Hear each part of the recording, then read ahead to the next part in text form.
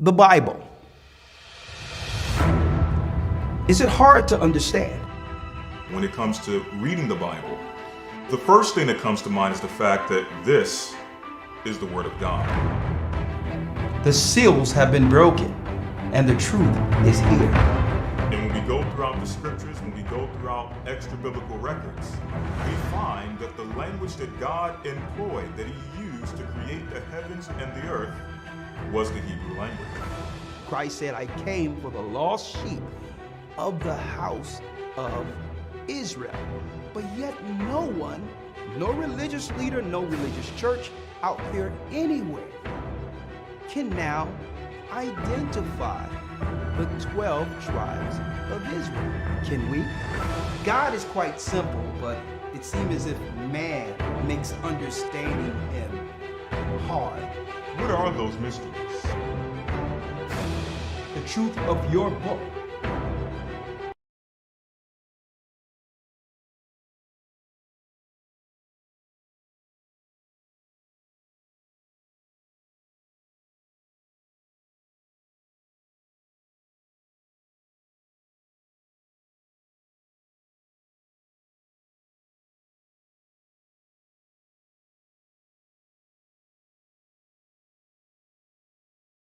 The Bible. Is it hard to understand? When it comes to reading the Bible, the first thing that comes to mind is the fact that this is the Word of God. The seals have been broken.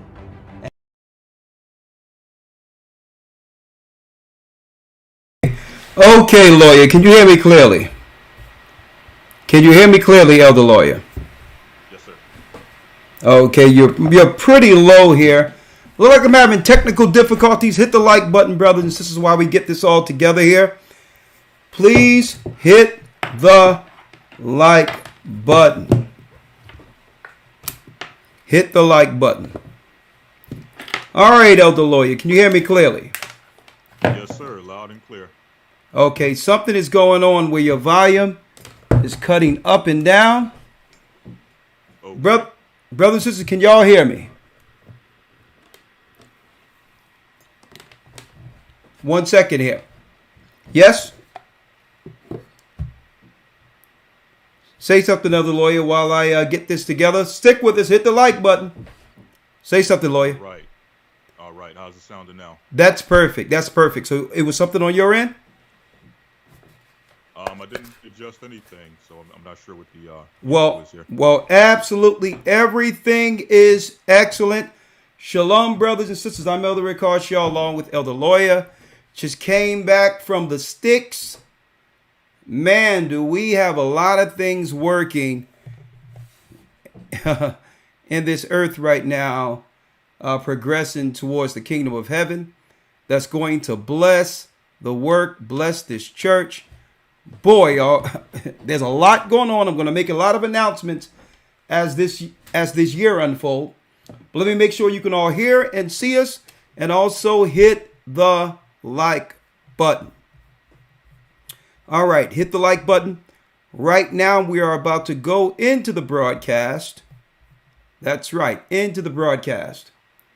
The rise of political wickedness in high places. But let's start it out. Let's go.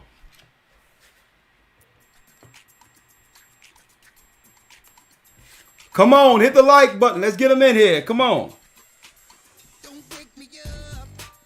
Shalom, shalom.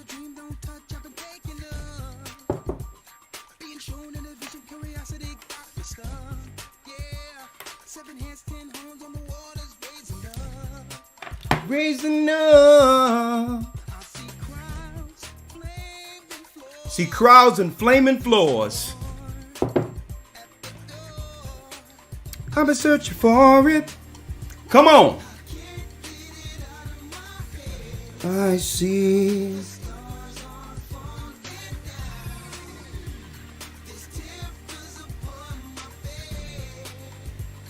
The chains. Come on.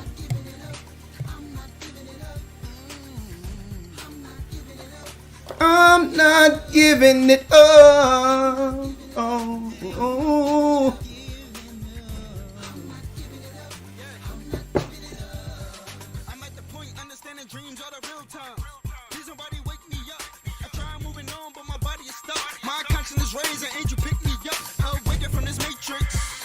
Looking down on the globe, blood Rome, I know we can fix this. I see a burner Rome and our people coming home. Can I please get a witness? Witness.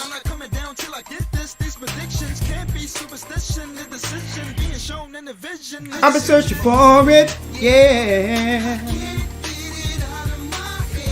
I see the stars. Come on. The chase. Oh.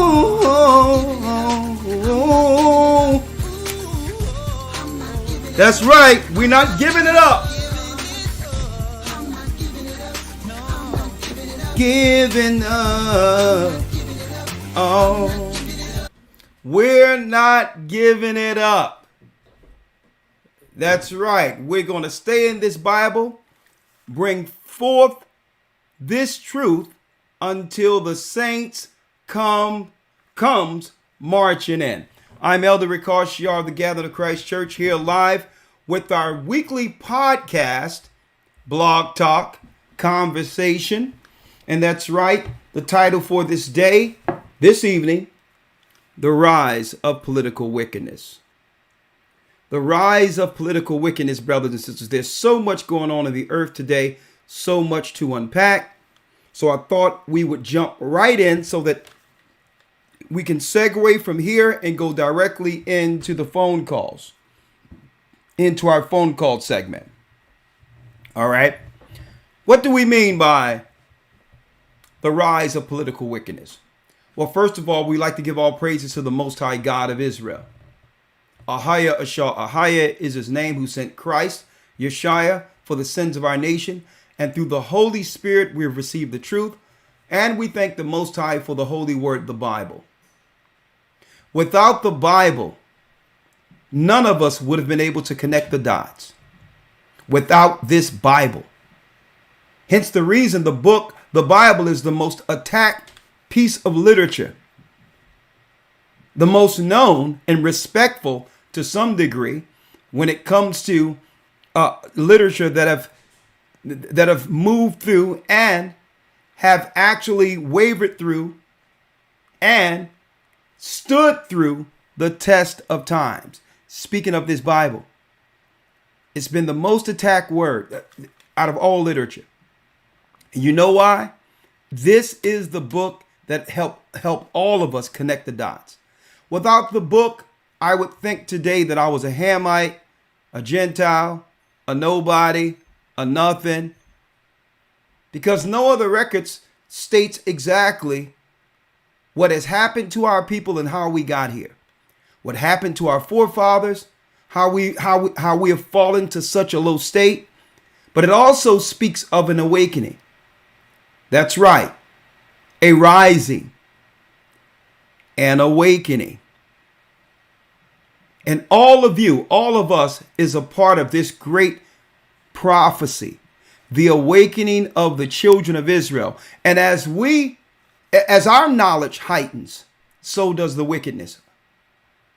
The wickedness which have always opposed us.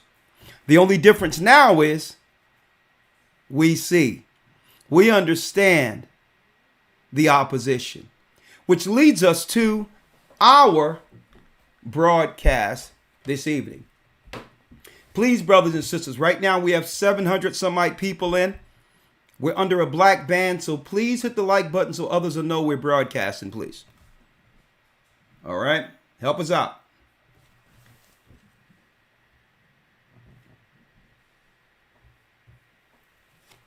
Right, help us out. Thank you. I really appreciate it. Jumping right in. This week in the Hebrew and Bible Academy, we'll be going into Who's Edom. On top of dropping the history and the biblical history on the Edomites, we're going to also go into this Sunday their political systems. That's right. Their so-called democracy or fascism. Fascism and Nazism are the political systems of the hidden man called Esau. And we're going to prove it. Divide and conquer, fascism, and Nazism embodies the spirit of Esau or the Edomites. But the problem lies, that's right, that no one actually understands for sure in the earth who is Edom. Well, we're going to prove that this coming Sunday. All right. And this Sunday, we're going to link Esau to your modern day British family, the Bushes. Oh, that's right. Obama on his mother's side, right? Even the Vikings, the so-called Eastern Europeans who were Vikings. Odin is Edom. The god Odin. The Edomites put their father, that's right. They placed their father in the pantheons of gods after his death. But instead of calling him Edom, they called him Odin. That and more. The political systems of Esau will be revealed this coming Sunday in our Hebrew and Bible Academy, week 4. You don't want to miss this. And also you can find Esau within modern day jewelry. And we're going to prove that, not with our sources, okay? Not by my own research, but from their experts. We're going to find that modern day jewelry are connected to the house of Edom. We're going to prove that and more this coming Sunday. Now, let's jump right in. If you're interested, go to historytimes.org. We're still taking enrollments. We're still very early within the first quarter of the academy with over 2 months to go. All right. So you didn't miss anything. If you want to be a part of the academy, well, you missed 3 weeks, but we'll give that to you. You'll have those weeks, including the news and the Hebrew, to catch up for week 4. Get in, go to historytimes.org. Now, Elder Lawyer, let me bring in Elder Lawyer. Yes, sir. Shalom, shalom. All right, I'm sorry about that, Elder Lawyer. I had a little, some audio issues earlier, but I think I'm fine now. How are you doing? I'm doing wonderful. How about yourself? I'm doing well. I know you got your meal with the family out of the way. Let's jump in with it with the biblical meat this evening, okay? Now. Yes, sir. Let's do it. Let's do it, sir. Here we go. Here we go. We're going to cover everything from Kanye West this evening, from Kanye West to local news, transitioning from local so-called news prophetically to international news. And what we're going to actually highlight is the rise of political wickedness. Right? Now, one thing I've always realized, right? Kanye West has always been a quote unquote wild card on either side, with everyone from the believers to the non-believers hoping he would choose a side. Right?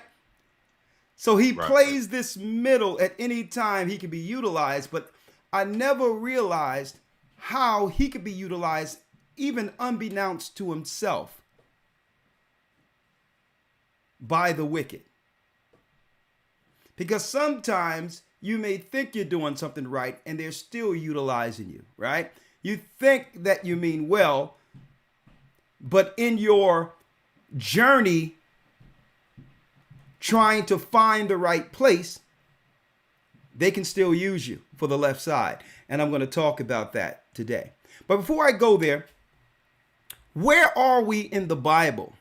Because let me tell you, folks, what I'm finding out is that what we see politically going on with America and how it's viewed internationally, Lawyer, on the outside of our country, that I believe there's an intentional purpose internationally to have America look like it looks, or be portrayed as everything wrong. And I believe that that's a political strategy to make America look weak, right?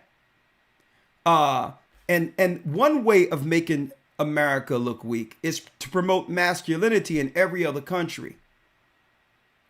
And do that on the contrary with all the countries who oppose America. Right? Like, give all the men jobs to women. Have your women publicly playing a male sport publicly. Even though it's losing money, no one wants to see it, but the optics on the outside makes America looks weak.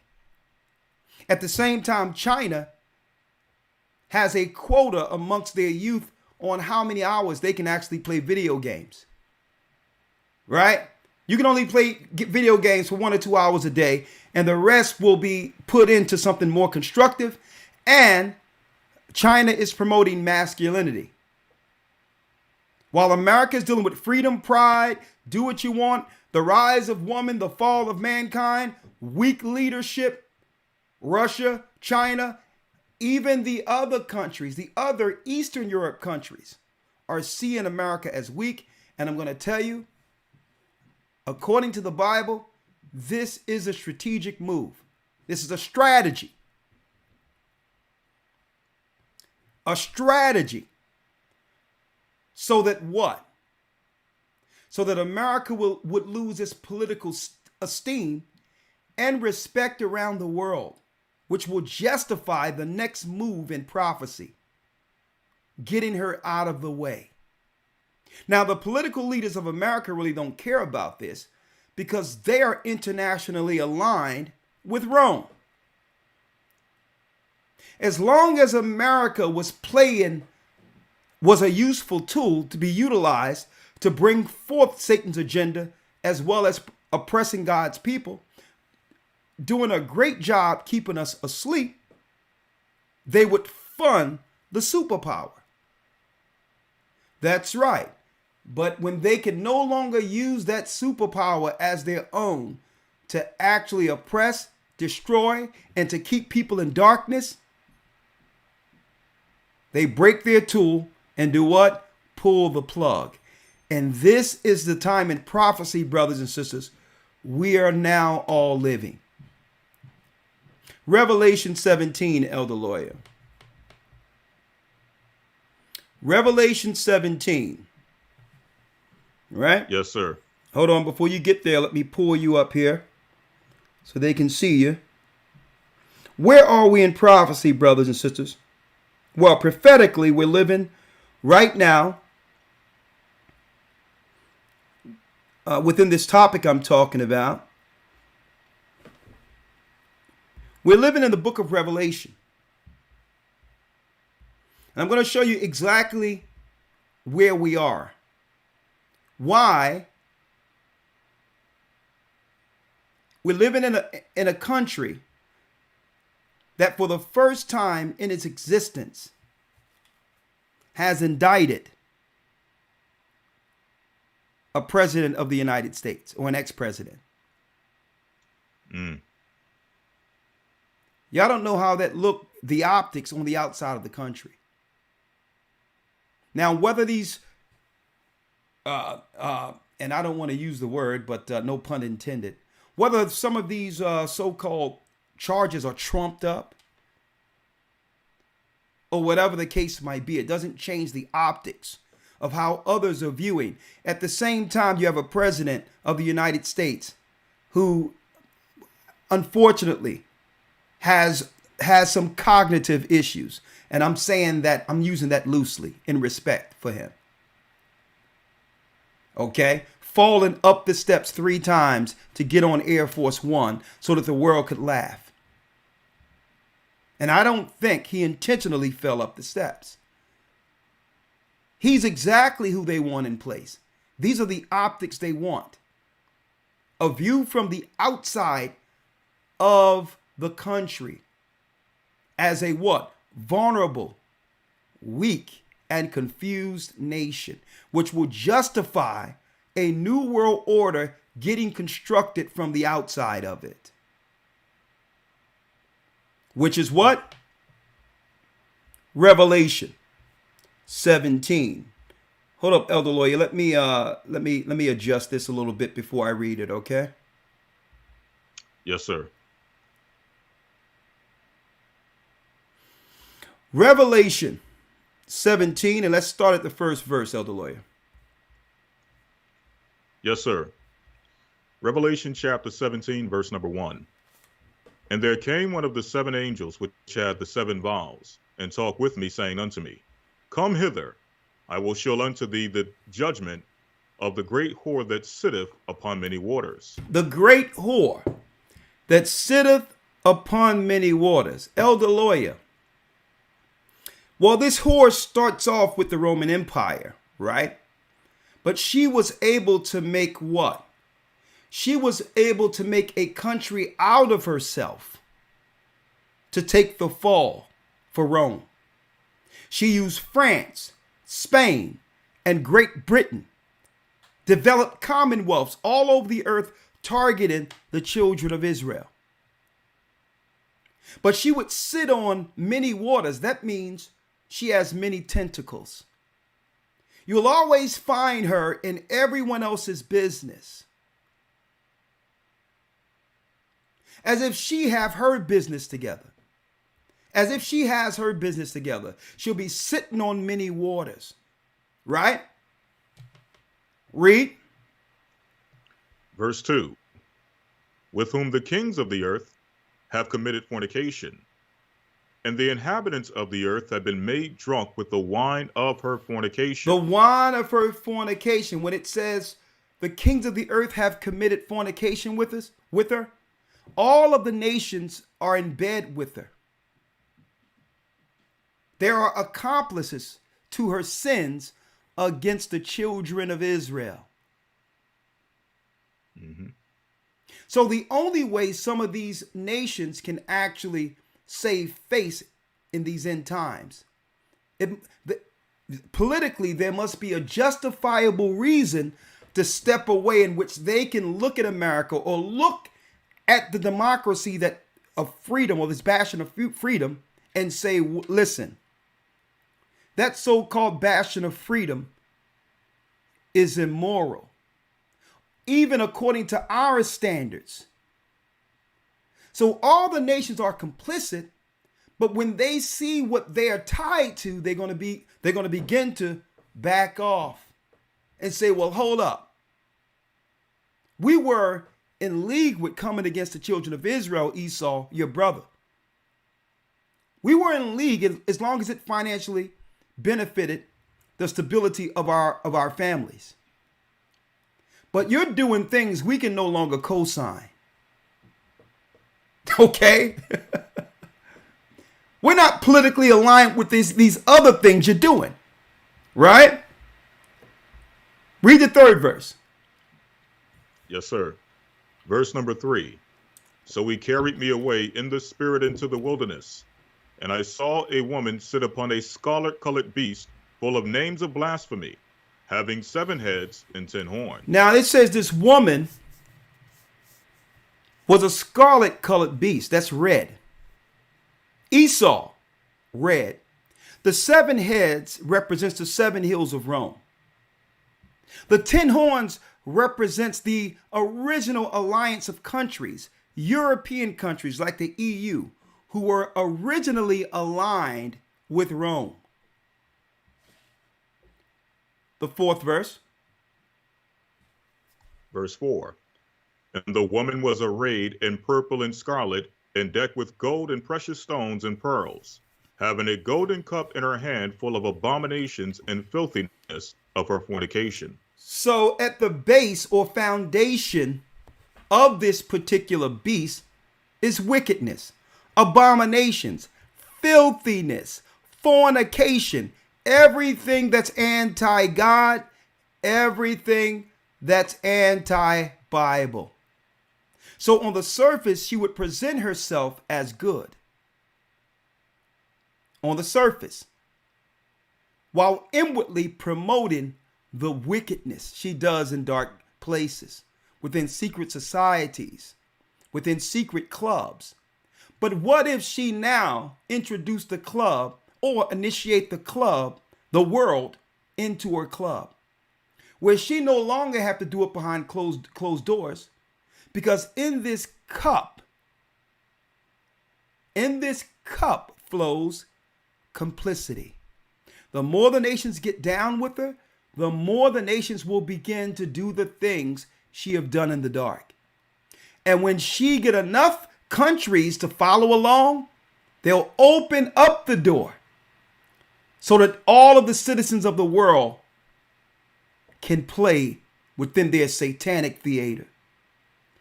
This is where we are today, folks. 5, read it. Yes, sir. Verse 5. And upon her forehead was a name written, Mystery Babylon the Great, the mother of harlots. The mother of harlots. Read. And the abominations of the earth. Everything. Now, an abomination is what the Bible states abominations are. Lewd acts, lewd sexual perversion. Abominations in the Old Testament, which the Bible say are worthy of death. Perverseness. And then you would promote the perverseness to children, while the whole world watch.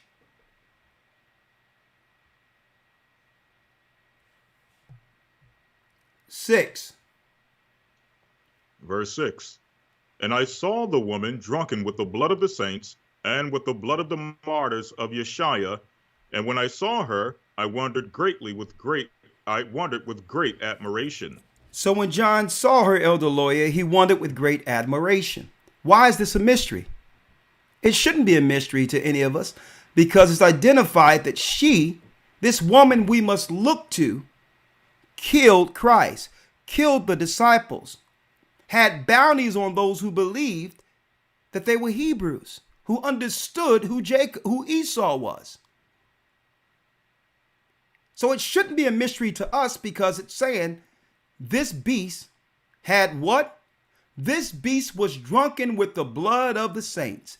It was the Roman Empire who came in to sack Jerusalem, which led to us running into Africa, fleeing Roman persecution. So it's a mystery to you. But if you know history, it shouldn't be a mystery to identify what? The original beast, Esau, the red Edomite countries who were aligned against us. Now, he wondered with admiration, because you should know clearly who the beast is based on the state of the earth. If the earth is promoting wickedness, evil, anti-God, it's anti-Christ, you should know exactly who this beast we're reading is. But it's a mystery to the world, because the world, the majority of people in the earth, Elder Lawyer, refuses to read. They refuse to understand and look at history critically and understand that the Bible's view of the history is the Bible's view that connect the dots. So the mystery here is that this is the beast who killed Christ, the disciples, and put the children of Israel on the run, who eventually had a political system that would entrap us. Before what? Before actually exterminating us. They will use the children of Israel like a battery until it's used up, and then put them down. The 7th verse, read it, Elder Lawyer. Yes, sir. Verse 7. And the angel said unto me, Wherefore didst thou marvel? I will tell thee the mystery of the woman and of the beast that carrieth her, which hath the 7 heads and the 10 horns. Come on. And the beast that thou sawest was, and is not, and shall ascend out of the bottomless pit, and go into perdition. So we know this beast was and is not, and it shall go into perdition.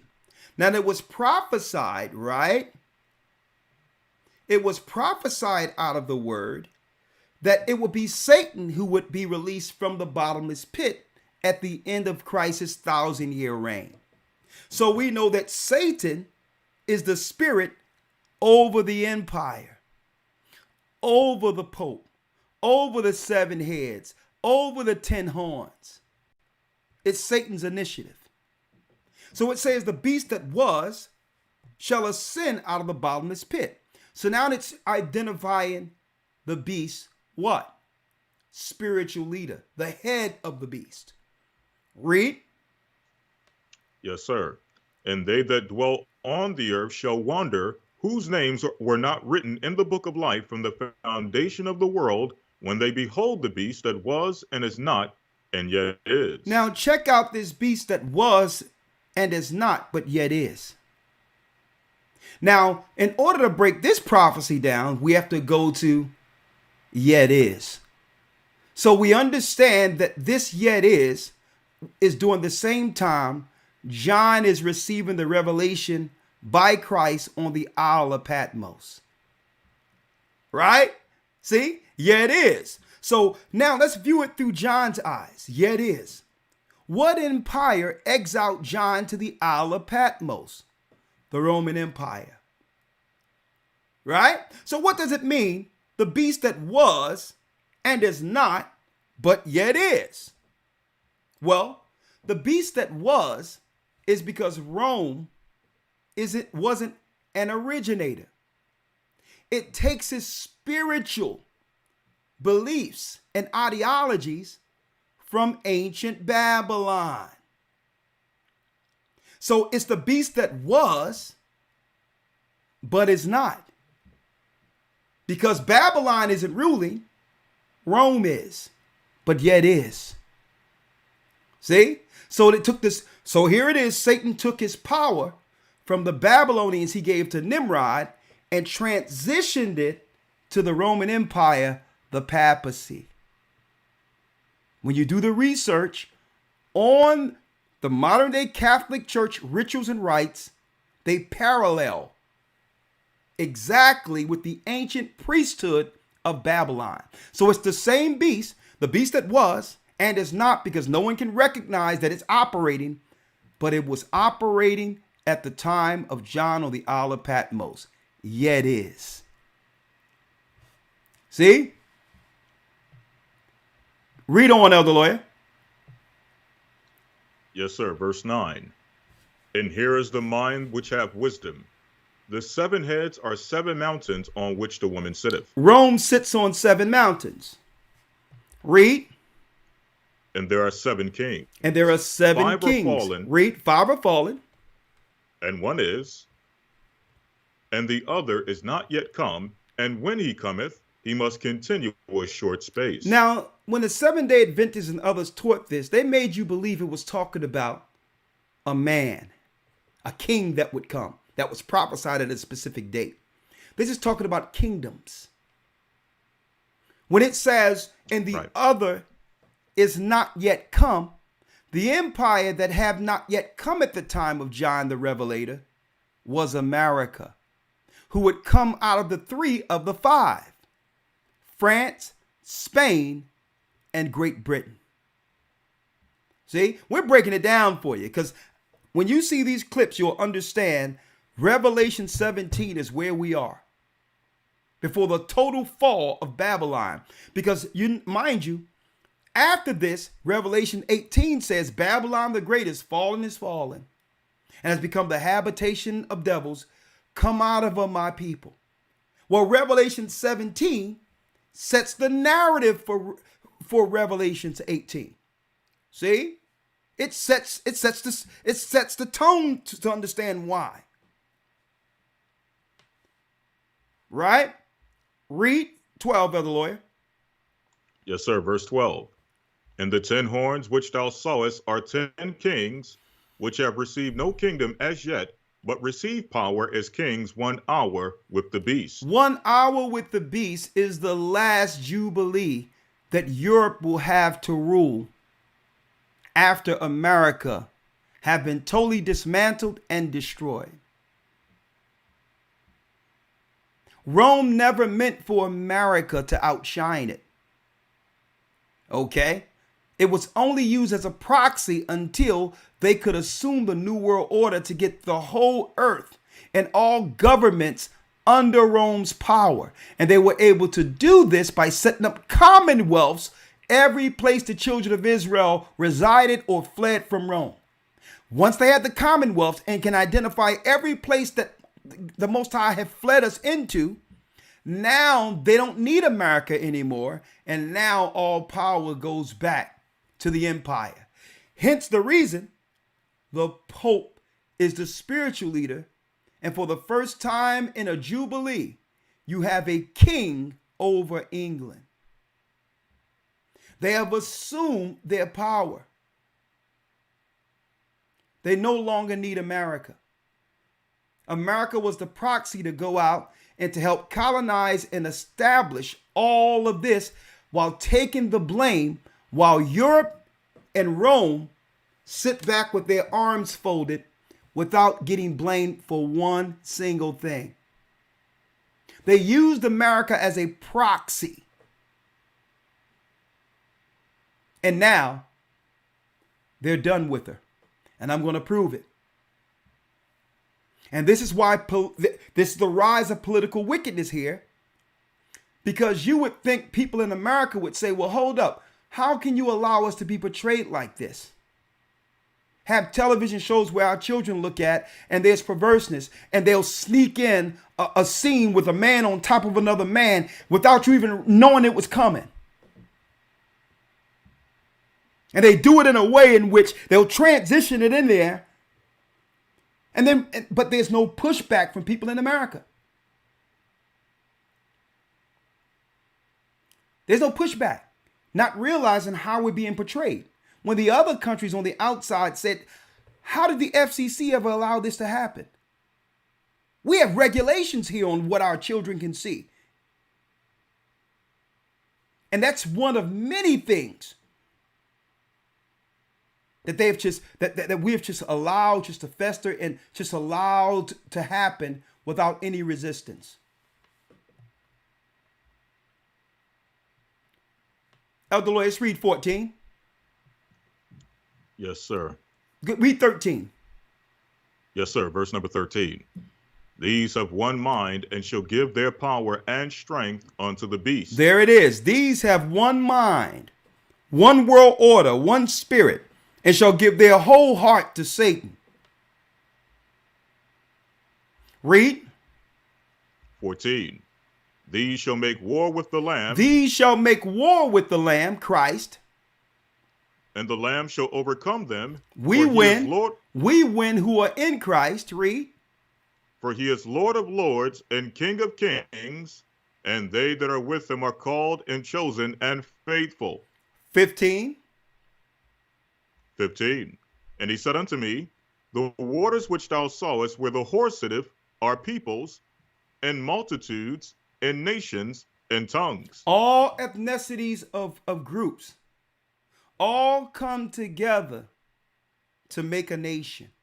The whore you seen was made out of immigrants and people who traveled over different countries to make one nation. Total confusion, different ideologies, religions, cultures, all in some satanic jambalaya, and you expect the country to operate under one spirit, under a peaceful spirit amongst nations? No, it's a ball of confusion, and that's intentional. A nation divided against itself cannot stand. So why would you make a country out of all different nations, cultures, backgrounds, and all of that that's contrary to one another? Knowing that what? It would eventually do what? Fall. So it's made out of every nation, kindred, and tongues as a form of control, like it was at the Tower of Babel. But they know that they would breed also amongst those nations infighting.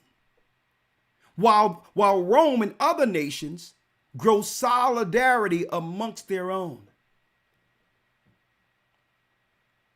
See, solidarity and power amongst and to self-preserve themselves alive while they make a toxic brew of a nation that they know would fight and fall on itself. 16. Let's read it. Yes, sir. Verse 16. And the 10 horns which thou sawest upon the beast, these shall hate the whore, and shall make her desolate and naked, and shall eat her flesh, and burn her with fire. And this what Rome is doing right now. Shall hate the whore, shall make her desolate and naked, will expose this horde they created as weak. And shall eat her flesh, that means make her bare, so that other nations can smell and see her weakness, knowing that if there's an opportunity to come against her, they have to do it now. And through this legislation and portraying America weak, burn her with fire. War. War. Now, I'm going to tell y'all where this goes, folks. Elder Lawyer, I used to wonder, why do they have so many of these disease movies and these so-called virus movies and all this out there and post-apocalyptic? What are they really programming into the Western world psyche concerning the next phase of our society, right? Right. Well, it's common sense. When you have a country where it's divided and conquered, and you've already put in the minds of people that in condensed areas, or when it comes to overpopulated areas, that a disease can actually fester, there's nothing for the outside armies like NATO to come out and say, well, this area here is red alert and there's no recovery for the disease in this area. So let's rope it off. Let's chain it off. Let's make sure people can't go in or out so that we can burn the disease before it spread into other areas. So people are looking for a nuclear bomb to fall all at once. But under the disease umbrella, it's very possible that the way people are when it comes to them standing with any program that against those who are not listening, I'm going to tell you right now, they can very easily say, well, in this part of the city, we're quarantining because it's spreading all over the place. And if we don't stop it right here, it's going to spread into the suburbs and get everyone. We need a rendition. We need to just burn it all out before it gets in. Before it totally have an infestation throughout all of the country, and there'll be pockets of fire and rendition, helping the people not get the disease.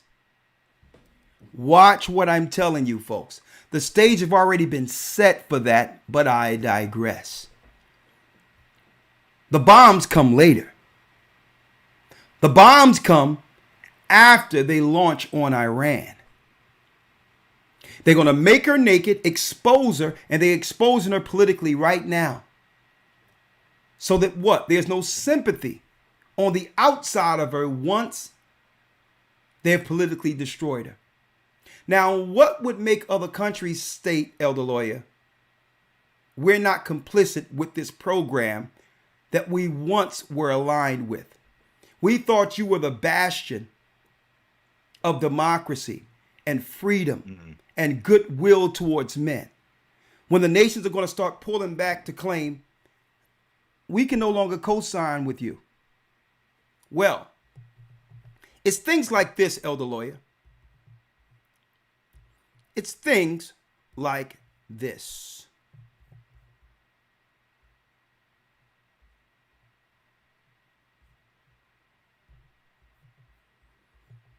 Rolling Stone magazine. Accused rapist. Accused rapist. Marilyn Manson. We know he's a straight Satanist. He identified with everything, including before there was any such letter people and they put letters to it. He identified with it all. A proclaimed Satanist. Accused rapist Marilyn Manson's working with Kanye West every day on new album.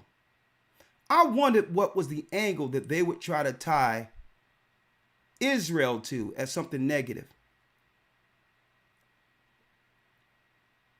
In using Kanye West lukewarm, going to either side and not making a decision on what God he truly serves.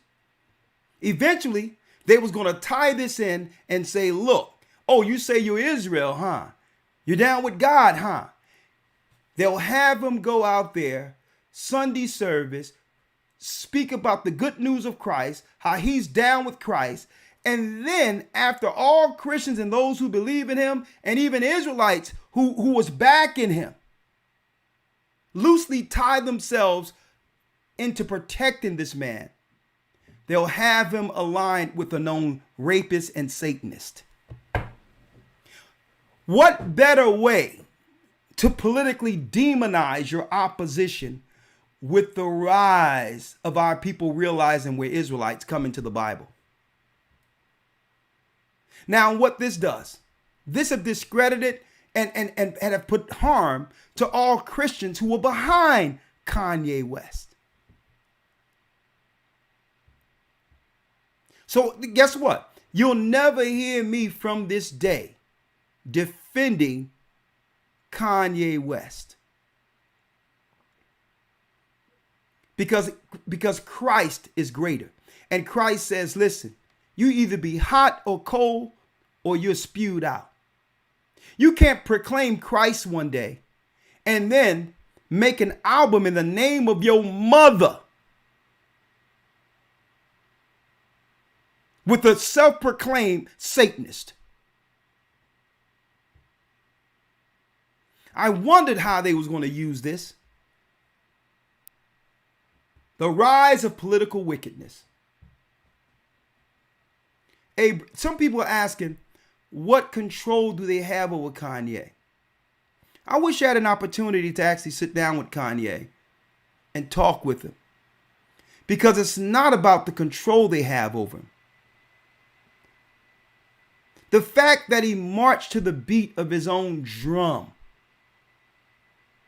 Okay. Very whimsical. You understand? And at any time, he can be hot today, then cold tomorrow. So they have diagnosed him with bipolar. See, but the Bible says what? You cannot waver and be tossed to and fro. A double-minded man is unstable in all his ways. Y'all can call it bipolar, but the Bible states it's what? Instability.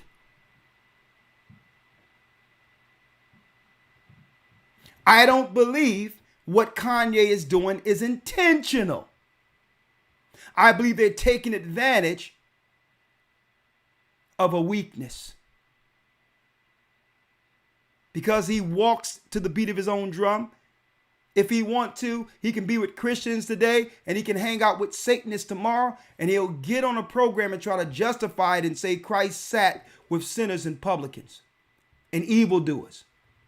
He'll try to justify it. I'm getting in front of it before he even say it, because I know that's the excuse he'll make.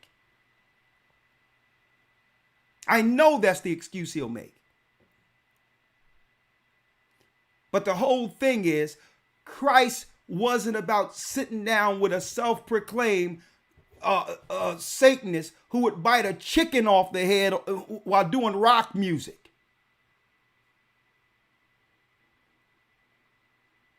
And does this guy look like he's a repentant, reformed Satanist? So I'm done with it. Next, elder lawyer. This is what the other nations are seeing right now, elder lawyer. The Satanist temple to hold first conference SatanCon 2022 in Scottsdale. Now, at first, there was this big controversy in Arizona on whether or not the government would allow Satanists to do a public convention in a known place, in a public place of Arizona. There was controversy where the so-called politicians were pushing back. They said because they don't have no ties to Arizona. But then allowed them to do it. Now I'm going to show you the spiritual wickedness of this, because they're seeding this, Elder Lawyer. They're seeding this in the media to make an excuse when politicians and others began to come against other people they don't agree with or not making money off, choose to do great big conventions. Knowing that a lot of Christians are leaving these Christian, I would say, revivals that they used to go to, and all these things that used to, that used to make money for the so-called TBN and Christian evangelism and all that. Okay. Messianic, you would have your Messianic Zionist, the part of it also making money. So now they're seeding this, Elder Lawyer, for a reason. Now, no one cares about Satanists getting together to do anything. But look at the world coming together for what? Look at on the outside of how other countries is looking at some of the ceremonies America is promoting publicly. The Satanic Temple Satan Con 2022. Right? So no one cares about these guys, because we all know that this is really a political tool to be used to cause provocation within America, which is what used to be a predominantly Christian country. So this is nothing but politics right here. The same way I believe they created the fake KKK and all that garbage as a political proxy to come against us and claim it's a group separate from government attacking black people.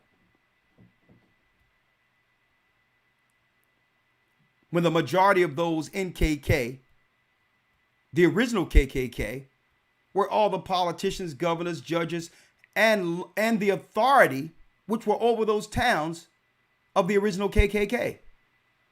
To conceal themselves, they used to put sheets over their head, knowing that they were prominent people. But I digress. But Elder Lawyer, you know me. When I go digging, I go digging. Right? I'm like, why are they trying to... who cares about Satanists at a convention? No one cares about these guys. What are they posturing politically to be able to do? Fair use. Listen to this, Elder Lawyer. Listen to this. Now, mind you, folks, I didn't say anything to Elder Lawyer about any of this before the broadcast. I get it all together, then I pull him in. Elder Lawyer, listen to this and tell me if you can hear this. Well, you might recognize a group of black separatists that occasionally gathers in Raleigh's Moore Square. That group has ties to a nationally known hate group, and this weekend they will hold their annual Passover celebration at the Raleigh Convention Center.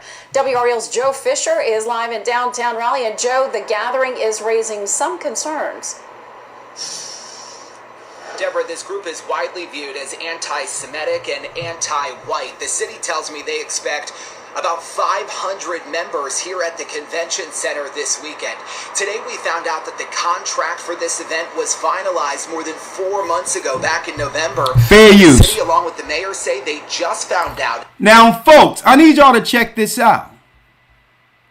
Satan is having a convention in Arizona, and not once were they called a hate group. You can proclaim to be a known Satanist Now, I don't even have to tell you the evil that's attached to the thoughts of Satanists. But no one have labeled these guys a hate group. Now, we know Satanists are behind a lot of things, allegedly. Even in Satanist manifestos, you would have, when you read their literature and all that, child sacrifice and all these other things. They even have rituals with same sex and all these other things, which is part of what some of them do. But not once were they proclaimed on the news, on the local news, as a hate group.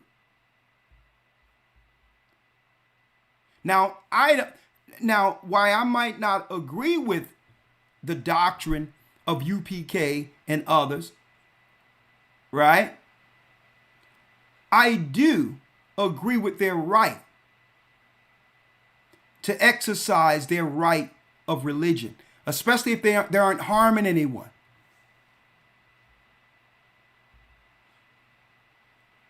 But by them doing the Satanist thing first and getting the politicians involved, now that gives them the what? The case law to try to use that as they will with others who may have large gatherings. Let's do it again. Fair use. Fair use. Well, you might recognize a group of black separatists that occasionally gathers in Raleigh's Moore Square. That group has ties to a nationally known hate group, and this weekend they will hold their annual Passover celebration at the Raleigh Convention Center. Now, see, I'm going to have to break it down so y'all can understand what a hit piece looks like. Black separatist. See? And this is why I said a long time ago. When we're dealing in Christ's word, Christ says, go teach all nations, baptizing them in the name of the Father, Son, and the Holy Spirit.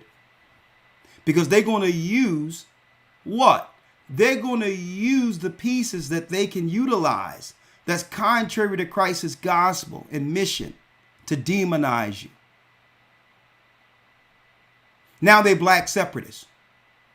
Now, mind you, the KKK have done many conferences. So it starts off loaded. We're only 13 seconds in and they've already begun their demonization. Black separatists. Who's having what? A Passover. So it's not okay for our people to have a Passover unless it's okay with mainstream media.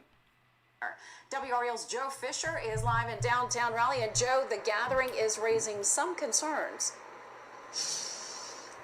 Deborah, this group is widely viewed as anti-Semitic and anti-white. The city tells me they expect about 500 members. Okay, we're 30 seconds in. Elder Lawyer, we're 30 seconds in. Listen, we're only 30 seconds in with this guy. Now, mind you, folks, they're reading from a script. They are reading from a script. While I may not agree with everything that the group teaches, they do have their right under freedom of religion. If the people come together, there's taxpayers going there to actually celebrate a Passover. Shouldn't they have the right without being politically assaulted and demonized by the media? If anything, they're drawing more attention to it that can cause something negative to happen. Because no one would have known that 500 people was actually going there if the news didn't report it. 30 seconds in, Elder Lawyer. Deborah, this group is widely viewed as anti-Semitic and anti-white. The city tells me they expect about 500 members. And anti-white.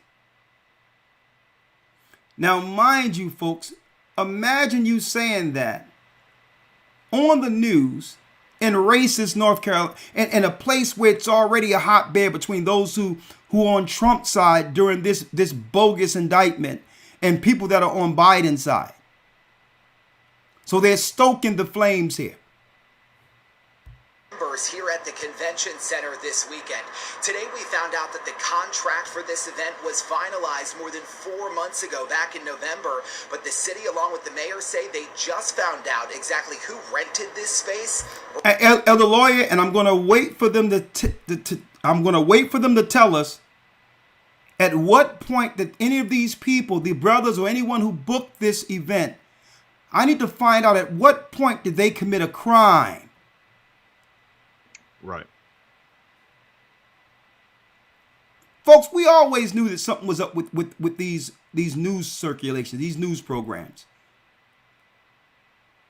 Where is the crime? Earlier this week. Your pastor is your protection, supposed to be. On the streets of downtown Raleigh, you'll find members of the Israelite School of Universal Practical Knowledge, or the ISUPK. You cannot be free without your oppressor being destroyed. Now hold up. Listen. The right of free speech and the right to assemble. Right? Now, I don't agree with some of what they're saying. But under the Constitution, they should have the right to say it if it isn't harming anyone. See? So you have to realize when the freedom to communicate is being taken away. Okay? It doesn't matter whether or not I agree with what they're saying, but under the so-called Constitution, they have the right to say it. Now, if they harm someone, and this is probably what they're waiting for, and they're still waiting for it, because really, they've attempted to compare these groups to the KKK, but I've never seen an Israelite hang somebody from a tree and burn a cross in front of their house, or drag someone on the train tracks like Malcolm X's father to have him killed. You try to compare them to the KKK, but I've yet to see them commit any crime that you can connect to this group.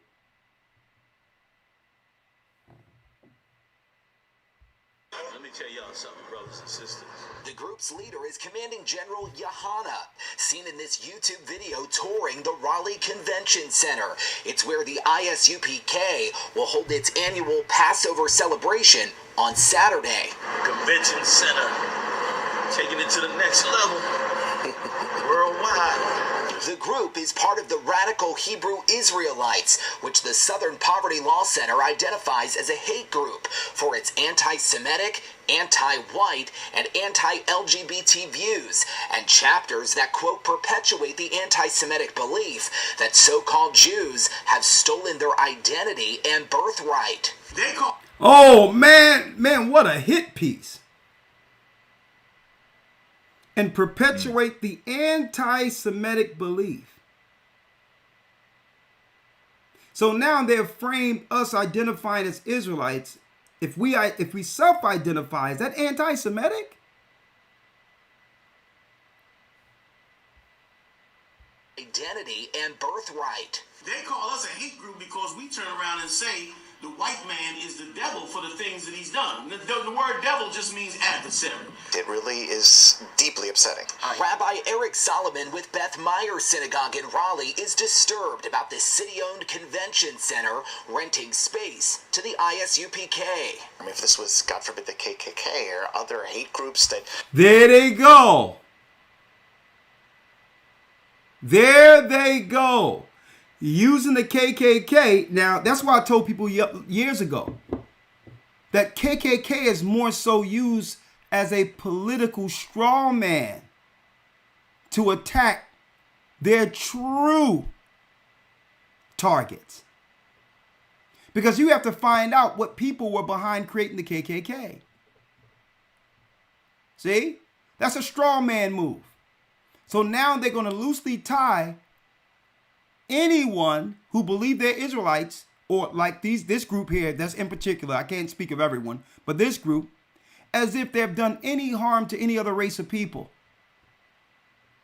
When KKK was known for killing black people, hanging us from trees.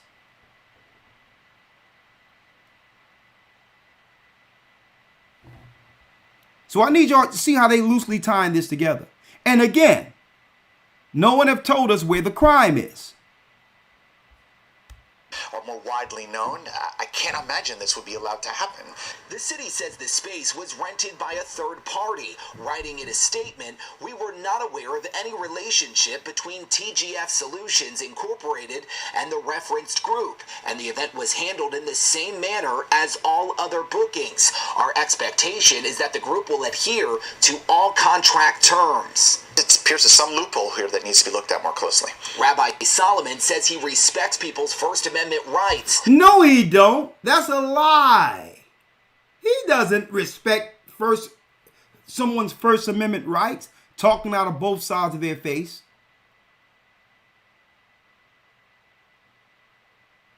He said there's a loophole. What? We can't organize, or that group cannot organize with their own brothers and sisters and come together and rent a space they're paying for? What's the loophole? Oh,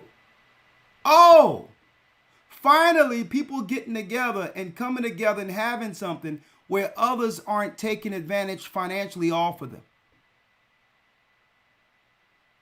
There's a loophole because people aren't supposed to be getting together without you getting a piece, huh?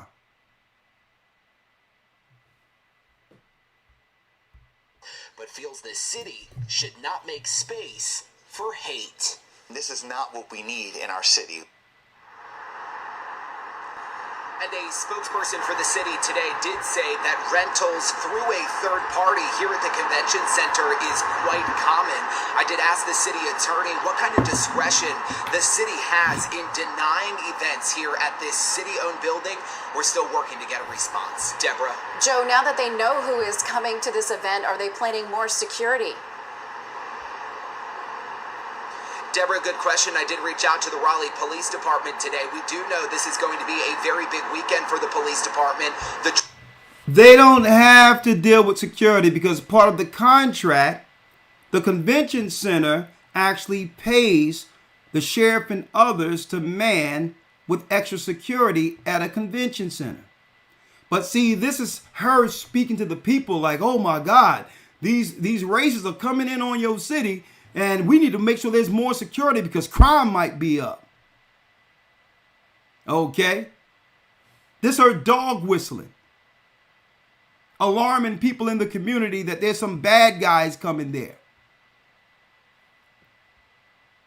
Dreamville Festival in Dix Park. Now this controversy here at the convention center with the potential for protests outside the convention center. So far, the police department has not yet responded to whether or not they will have increased patrols and whether they are aware of the event, which they sure are now. They certainly are. Joe Fisher, live in Raleigh. Thanks, Joe. Well, you might recognize the group of black separatists that occasionally gathers in Raleigh's Moore Square. That group has ties to a nationally known hate group. And this week,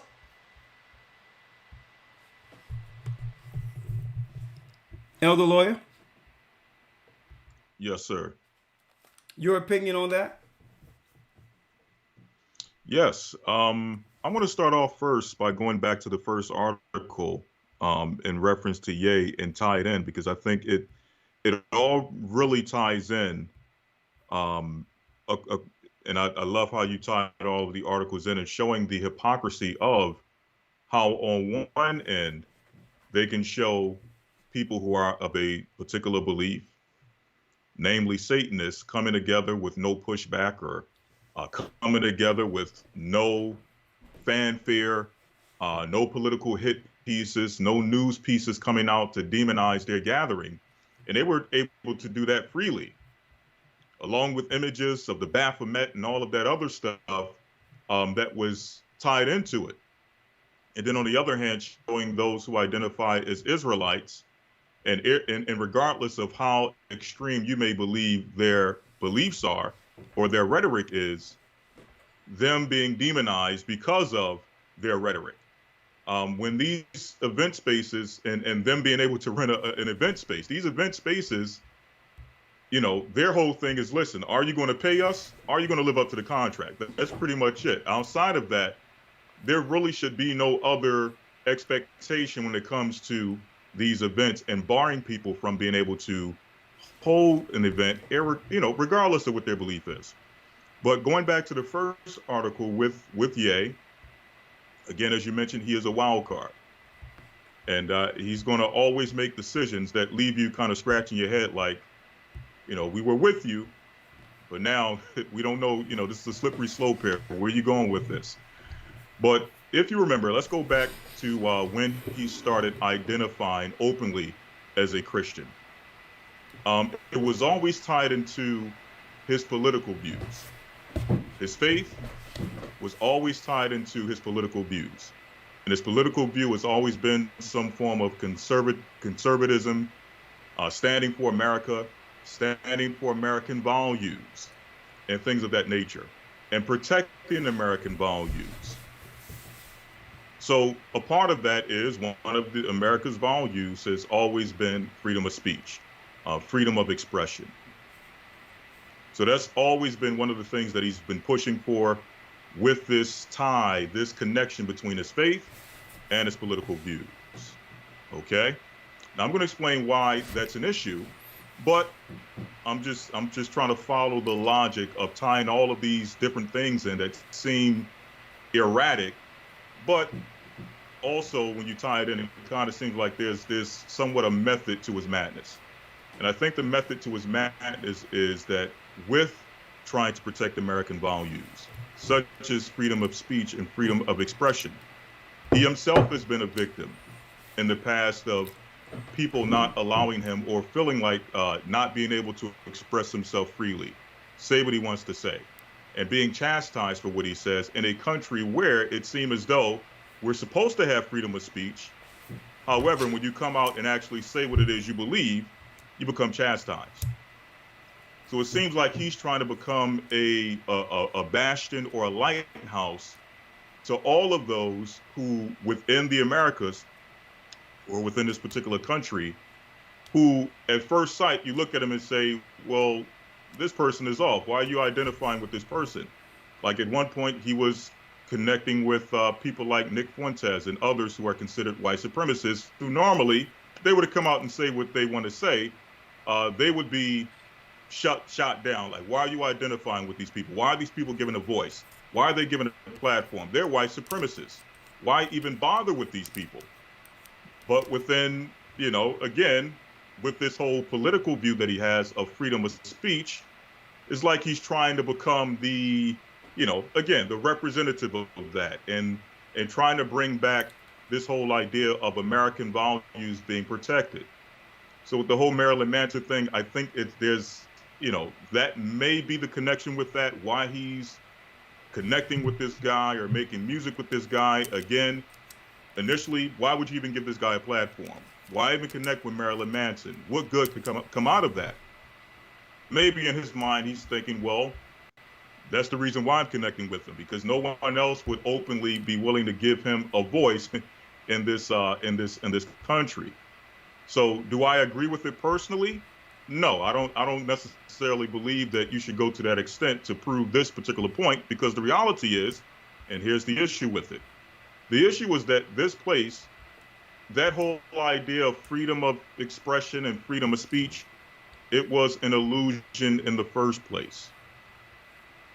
It was okay to have freedom of religion and freedom of expression and freedom of thought, so on and so forth, just as long as you were kind of towing the company line. Now that thoughts and ideas are coming to the top, such as us identifying as Israelites, such as us standing against lifestyles that are anti-God, now we're starting to see freedom of belief, freedom of thought, freedom of expression, freedom of speech. Now we're seeing those things challenged. And now people are being treated as criminals, not for what necessarily they do, but for what they say. And that now brings us to what we saw with that hit piece. Brothers being demonized for what they have said, not for what they've done. Surely they have said many things that are considered offensive, but the question is, what have they done? Have they followed through and actually harmed physically anyone?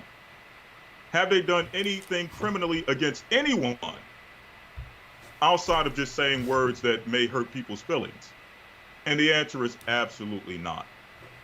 So the place we're going, as you mentioned, the rise of political wickedness, yeah. The rise of political wickedness, the place we're going in this country is a very, very dark place. And it seems like anything that can shine light on that darkness, not by physically harming people who we disagree or who you may disagree with, but just saying that you're wrong for what you stand for. You're wrong for this type of lifestyle. You're wrong for whatever wickedness you may be representing. That slowly but surely, that light is being dimmed. And eventually, man, I can only imagine where this is going to go with how those who speak out against these things are going to be treated, as far as the law goes, and just outright persecution, on a whole nother level in the society. So with that, I'm going to land there. But Elder Lawyer, it's a very dark place we're going. hey, Elder Lawyer, this is going to be a very grim area we're going. I'm about to go there, and I'm about to show you, because as I come to this knowledge, as I grow within this knowledge and have the wisdom to understand each day of what this whore that sat on many waters, this view that John had of this whore in Revelation 17:13 really is. I think that we've been downplaying this to some degree, because here's the reality. When it says that she sit on many waters and all nations have drunk the wine of her fornication, which is the Babylonian satanic religion that seems spiritual on the surface, but really it's destructive, it's death, it's evil, it's the pale horse, right? Now, in examining this, here's the greatest lie we've ever been told here in America in specific. We were told, and I'm saying me as a young black man before I understood anything, I was told that this country, one thing this country will always allow is the freedom of religion. That even if people don't agree with it, in this country, as long as you aren't harming anyone, you should have the freedom to worship the God you believe in and trust through. Right. And now I'm coming to that realization, Elder Lawyer, that was a lie from the pits of hell. The only religion that we are able to actually freely practice are the religions they've delivered to us. Exactly. Even a Satanist can practice freely and have more political protection from government than those who believe they're Israelites and are black. Now that's a grim and scary place in of itself. There's no freedom of religion, not for our people. Straight out. If I'm a Christian, I'm accepted. If I'm a Muslim, I'm accepted. If you're an atheist, if you believe nothing, you're accepted. If you are a Satanist, you are accepted. But if a black man or a Hispanic man or a North American Indian claims that based on their history and what they figured out that they're Israelites, they become public enemy number one, which tells us that they make the rules up as they go. As they go. When we come to the knowledge, Elder, on how to maneuver through this, they come up with more loopholes and new laws to contradict what they claim is the freedoms we have protected and died for. Let me tell you, folks, even though I know I'm Israel and all that, We have to understand what we are entitled to under certain freedoms. Before immigrants and people came over here from Ireland and came over here from different places to take part of this so-called freedom here in America, I have parents, great-grandparents who fought in the Civil War, who spilled blood for this country. See? So we have a stake. We have a stake with our own blood to at least be protected under some of the religious or some of the freedom our family died for. See? So this is deep in of itself. They've lied. They've never given us freedom of religion, folks. Every time we began to stand on our own and to believe on our own, they see that as a threat and begin to take freedoms away, which tells us, you know what? This Bible has the secret sauce. This Bible in of itself, when we proclaim we were Israelites and we know we're Israel and started realizing who we are, let me tell you, it blew the lid off. It blew the lid off and it uncovered their hypocrisy. It uncovered their hypocrisy. Straight up. The whole deal is, even though I understand they don't play fair, mind you, that's a given. They don't play fair. But all in all, folks, like I said, these people that are going, Elder Lawyer, to that Passover, what's incinerating them more so than anything without saying it is that these are black people that used to be Christians who are no longer celebrating Easter. And now, they, at least, even though it's not on the same day that it's supposed to be according to what we know, the fact that they're celebrating Passover instead of Easter is a sign to them. They realize that the Most High is waking up our people, and this is what they really can't stand. That these people that are going to Passover once celebrated Easter. They're no longer under the Babylonian mind control that came with what? Slave religion like modern day Christianity. They're no longer under that. But Elder Lawyer, other nations are seeing this. The same Southern Poverty Law Center that Elder Lawyer that they keep quoting from,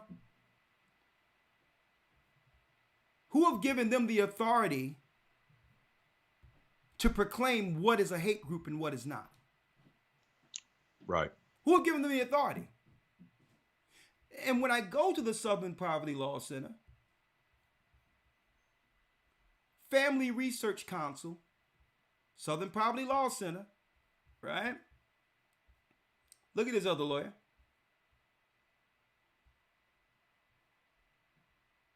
Get it here.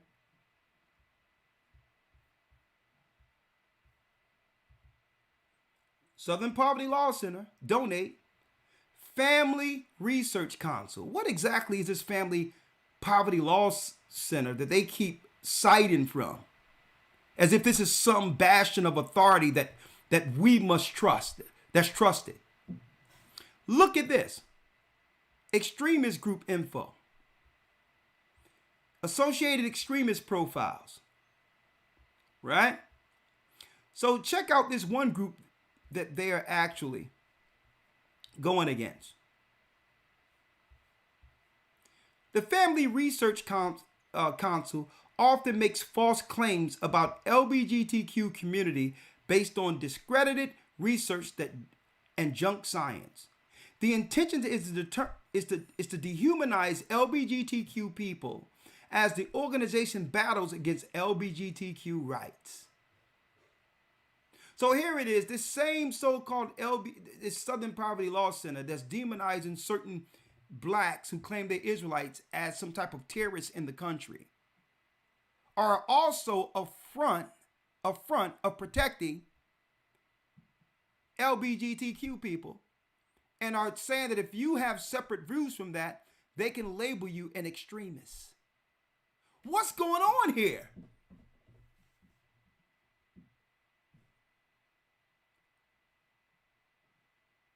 Okay, what makes the Southern Poverty Law Center reputable? Or is it not just another straw man organization that the media can cite separately as if they independently receive information to go off of? Straw man, straw man, straw man. Many experts are saying that this group can be dangerous. Right? You sent me something, other lawyer? Yes, sir. Okay, let me check it.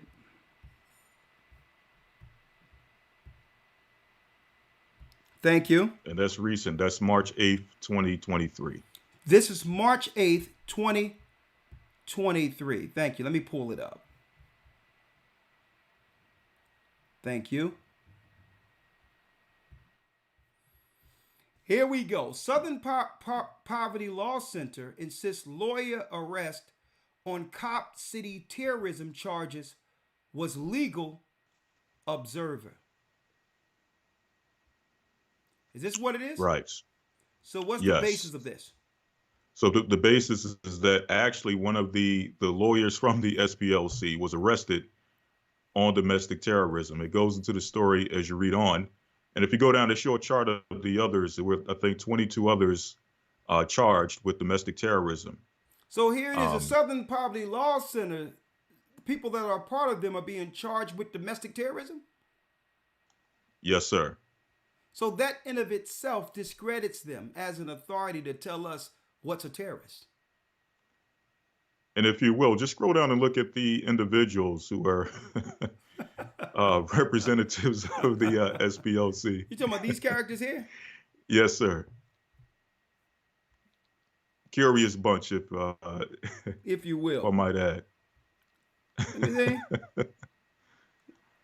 see. These some shady looking characters. Look at these characters. So here's your experts that's going to tell you what you should be looking out for.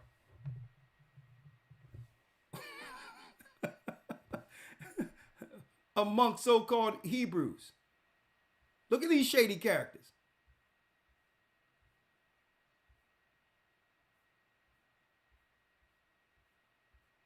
Hey, you better not leave your children around these characters. Look at this guy. Maybe this guy on the left is the one who cited the black what they call the black Israelites to be looked out for as domestic terrorists right here. Maybe this character is one of the cats who sent in a few articles.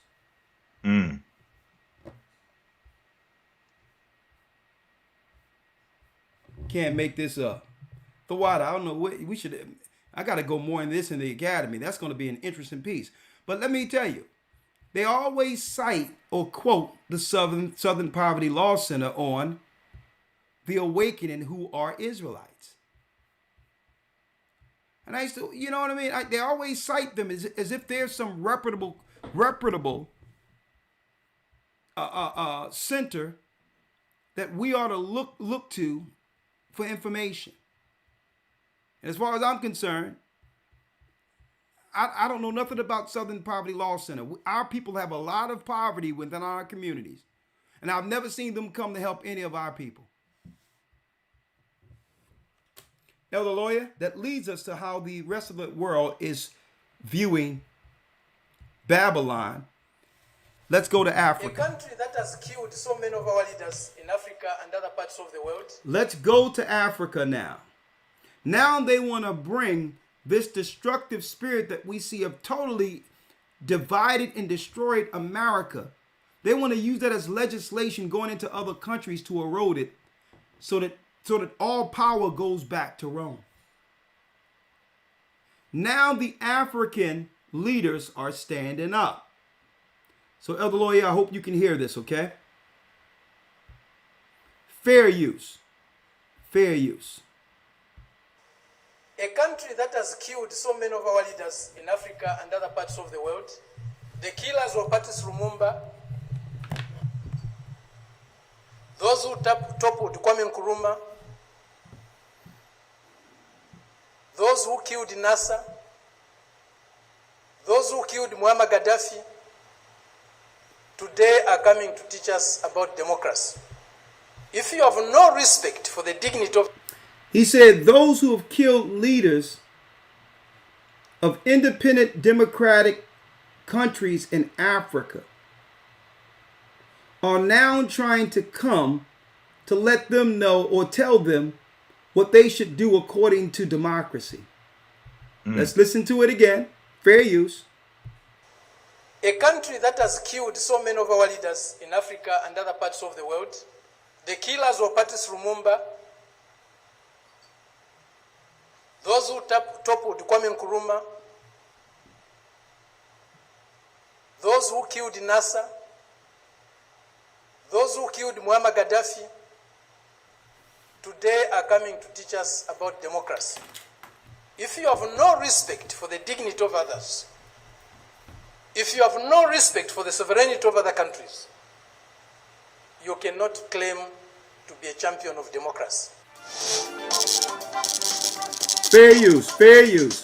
These are the quotes from an impressive speech done by one of my favorite guests, Fred Membe, who is the president of Socialist Party of Zambia.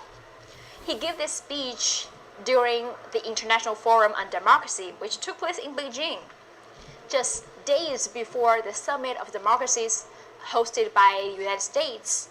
A real wide-range, in-depth discussion on democracy took place in Beijing. Over 300 guests from over 100 countries and regions gathered together in Beijing to discuss the diverse forms of democracy, the origin, what's the real good governance, and also slammed the hegemonic narrative on democracy. So Fred, my friend who was on my show before, was invited to this forum, and he gave this very touching, very powerful speech. And during the speech, he really slammed the arrogance by certain countries who murdered, oppressed people in Africa, and now still coming to Africa to lecture those people what is the best democracy, who you should work with. What am I going to do next in this video is I'm going to show you the full speech by Fred. Take a listen with me, and I think you will be impressed as well. And also, I will show you the previous interview I did with Fred, because in that video, he also debunked the so-called death trap narrative by certain countries and governments who created that term to defame the Belt and Road Initiative. I will put the link of that video in the description.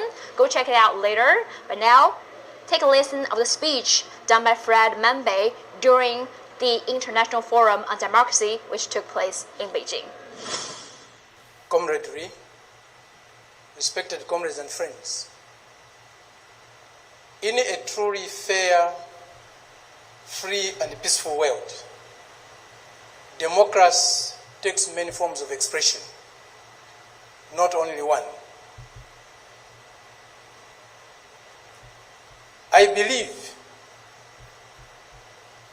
democracy is a government in which all the people participate, in which the interests of the people reign supreme, in which their country's sovereignty, their country's honor is at the top. It seems that this month is a month of democracy discourse in the world. At the end of this month, hit the like button. There will be a conference in Lusaka, or a summit in Lusaka, Zambia, my country, led by the United States. They have come to Southern Africa to teach us democracy.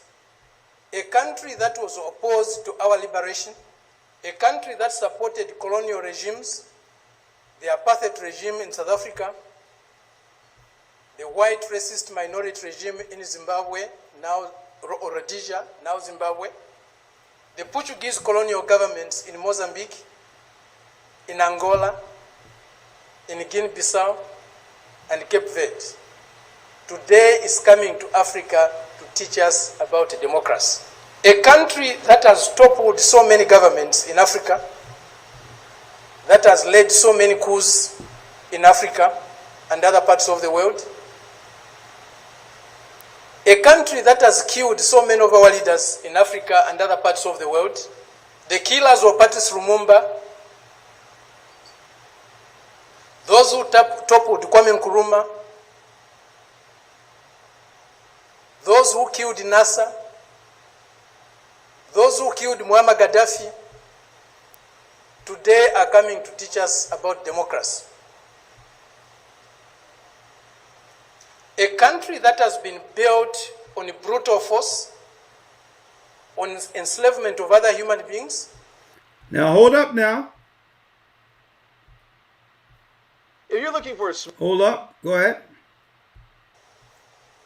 On the humiliation of Africans, the exploitation of Africans, the plunder of Africa, today is coming to teach us about democracy.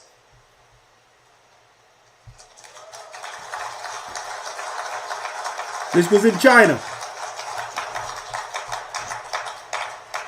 That's the arrogance, the imperialist arrogance, the racist arrogance that we are subjected to. We cannot have democracy where there is hegemony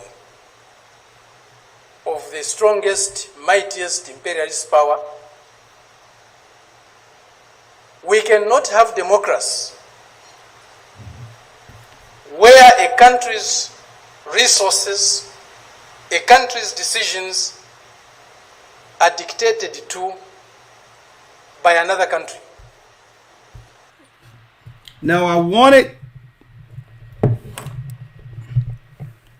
to stop there because he say we can't have a democracy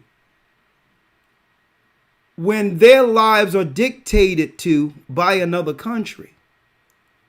How can they truly have a democracy if they must compromise their moral standings in order to continue to receive financial aid in their country? America have tied all of these loopholes into the finances to aid Africa in exchange for some of the resources.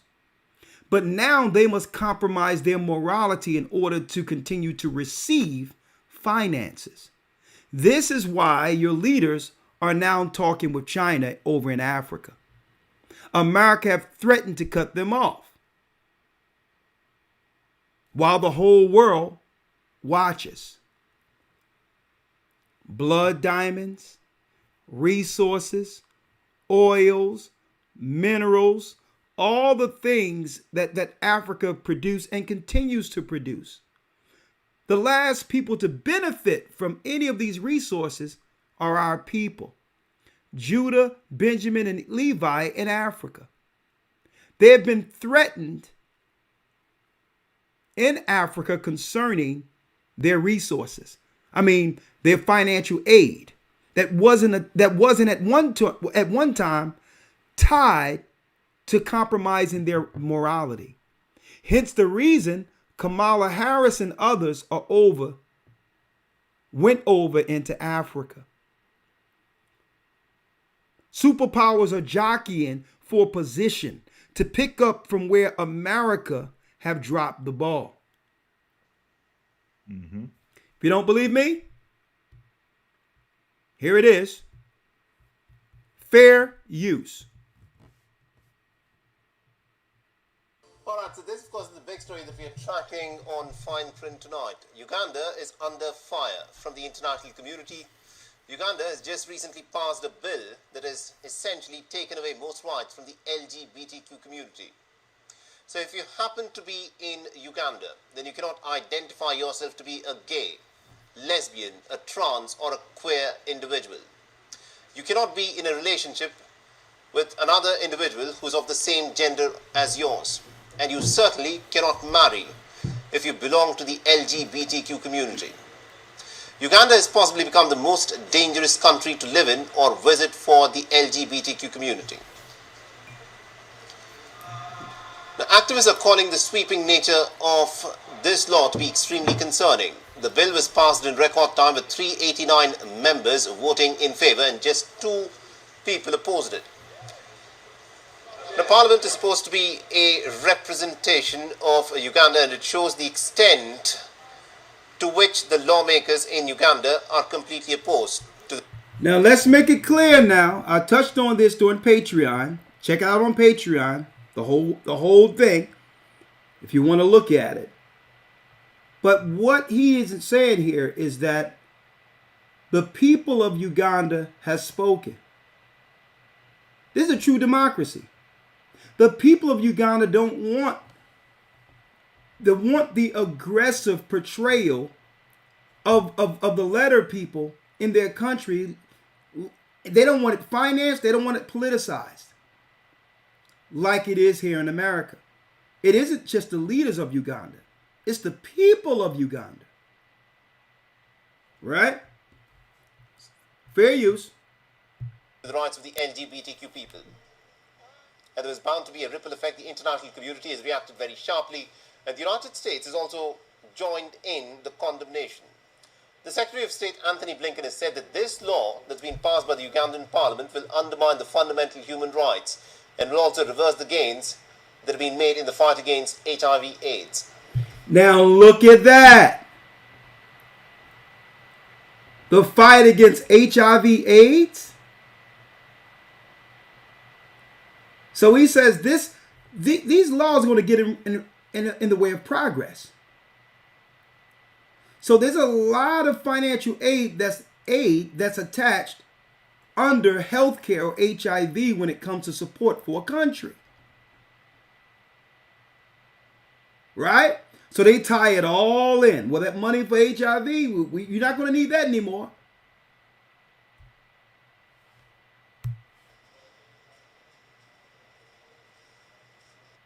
The bill is one of the most extreme anti-LGBTQI+ laws in the world. Human rights are universal. No one should be attacked, imprisoned, or killed simply because of who they are or who. Now, brothers and sisters, I'm going to tell you what this is. I hate to stop it, but I have to break it down.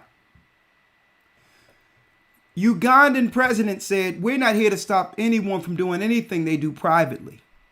Because if they're doing it privately, no one knows about it. But we're not going to allow the Western world to come into they say, I'm not going to allow the Western world to come in our country with a lot of money to coax our poor, impoverished into a lifestyle that's against our country's morality. Our people are poor. So if you bring money over here like mercenaries, you may coax them into things they wouldn't do otherwise if they had finances. So we cannot have you paying money to promote a lifestyle, or it's jail time. Whatever you do private, that's on you, but you cannot promote it. It can't be politicized. It can't be on the radio. It can't be on TV. And if it's promoted or that act is done on a minor, then you can get 25 years or to life, depending on how damaging your interaction was. That's what the president of Uganda said. Which means if someone in Uganda is homosexual and doing things private that no one knows about because it's in their private home, they're under no threat at all. They just can't get married and other things like America has allowed. Now, I'm just quantifying what the president said, which means this is no witch hunt. They're not going out searching for homosexuals to harm. Okay? They say anyone that does something just like straight people is done in the privacy of their home. It's not to be promoted or politicized. We're not going to put any money behind it, and you're not going to see it on our TV, radio. It will not be promoted, and it will not be pushed on children. That's what he said. Fair use. Whom they love. Now, the United States says that it is the most extreme anti-LGBTQ law that's been passed in the world. Now, this woman right here is the press secretary from Haiti. Okay, she's also a proclaimed outed lesbian. All right? She's a lesbian. She's self-proclaimed. All right? Now, none of our people know this woman. She doesn't represent any of us. Sometimes we have to do the research on who raised these people or who have raised this woman and dressed her up and put it in front of us as a representative. Okay? She doesn't represent our people. Let's make it clear.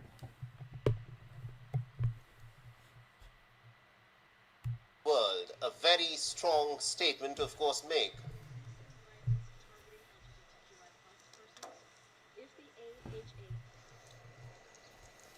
But let's in fact show you as to what is happening in America's own backyard. Now, this is Florida, a historically red state, and its governor is this individual that you see on your screens, Ron DeSantis. He is in the running for the 2024 presidential fair use election, and his numbers are looking pretty good at this moment. Last year, he had brought a plan that many described as Don't Say Gay Bill. He wanted to ban talks around sexual orientation and gender identity in classrooms. Now, this, of course, was for students in kindergarten until the 3rd grade. So he wanted to ban any discussion or literature of LGBTQ in the United States. This particular politician. Well, none of this at all is even a discussion in Africa, where a politician have to run to stop children from being introduced to understanding gay lifestyles. But in this country, someone have to run to a politician is running on that, saying that if you put me in position, I'll stop our children from learning about these alternative lifestyles. How far have America has fallen? How far have America has fallen? Africa is supposed to be third world, impoverished, and it's supposed to be third world, right? It's supposed to be less than what we can expect from a first world country like America. But look how they hold to their morality and protection of their children. There's something to be said about that.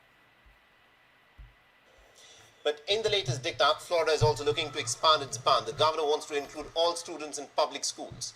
Now, if passed, this could have some detrimental challenges ahead if teachers choose to discuss issues of sexual orientation or gender identity outside of the mandated curriculum. They could end up facing some serious disciplinary action, which could even cost them their jobs. The State Board of Education will, of course, vote on this rule on the 19th of April in the United States. So the question is this: we have a message for the United States. The fact is, at a time when LGBTQ rights are under threat in a state like Florida, where Ron DeSantis has essentially been trying to bring in this Don't Say Gay law, it is difficult for the United States to, of course, turn around and to lecture other nations such as Uganda.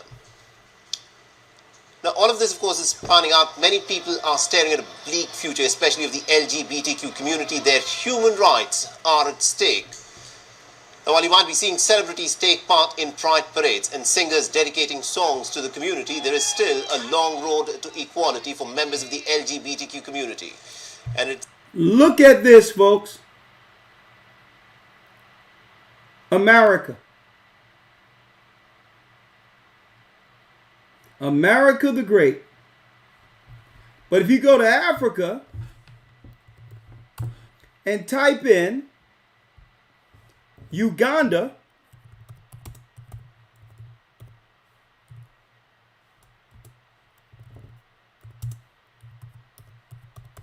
you type in Uganda,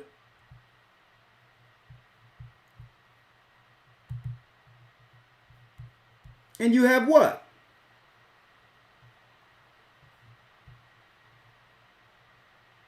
You have what? What is your message to Western human rights groups, to President Obama, to lesbian, gay, bisexual, and transgender people? Respect African societies and their values. If you don't agree, you just keep quiet. Let's manage our society the way we see. If we are wrong, we shall find out by ourselves. Just fair use. Now listen to this African leader, fair use. What is your message to Western human rights groups, to President Obama, respect, to lesbian, gay, bisexual, and transgender people? Respect African societies and their values. If you don't agree, you just keep quiet. Let's manage our society the way we see. If you don't agree, be quiet. You got a whole country in which you can do whatever you want to do in your country. Right? Fair use. If we are wrong, we shall find out by ourselves. If we're wrong, we'll find out by ourselves. Our unalienable rights under God to be free and do what? Transfer the fear of God and the love of family as a moral code to what? To our generations to come. If we are wrong, what? If we are wrong, we shall find out by ourselves. Just the way we don't interfere with yours. Do you personally dislike homosexuals? Of course, they are disgusting. What sort of people are they? How can you go? I never knew what they were doing. That's how I've been told recently that what they do is terrible, disgusting. But I was ready to ignore that if there was proof that that's how he's born, abnormal. But now the proof is not there.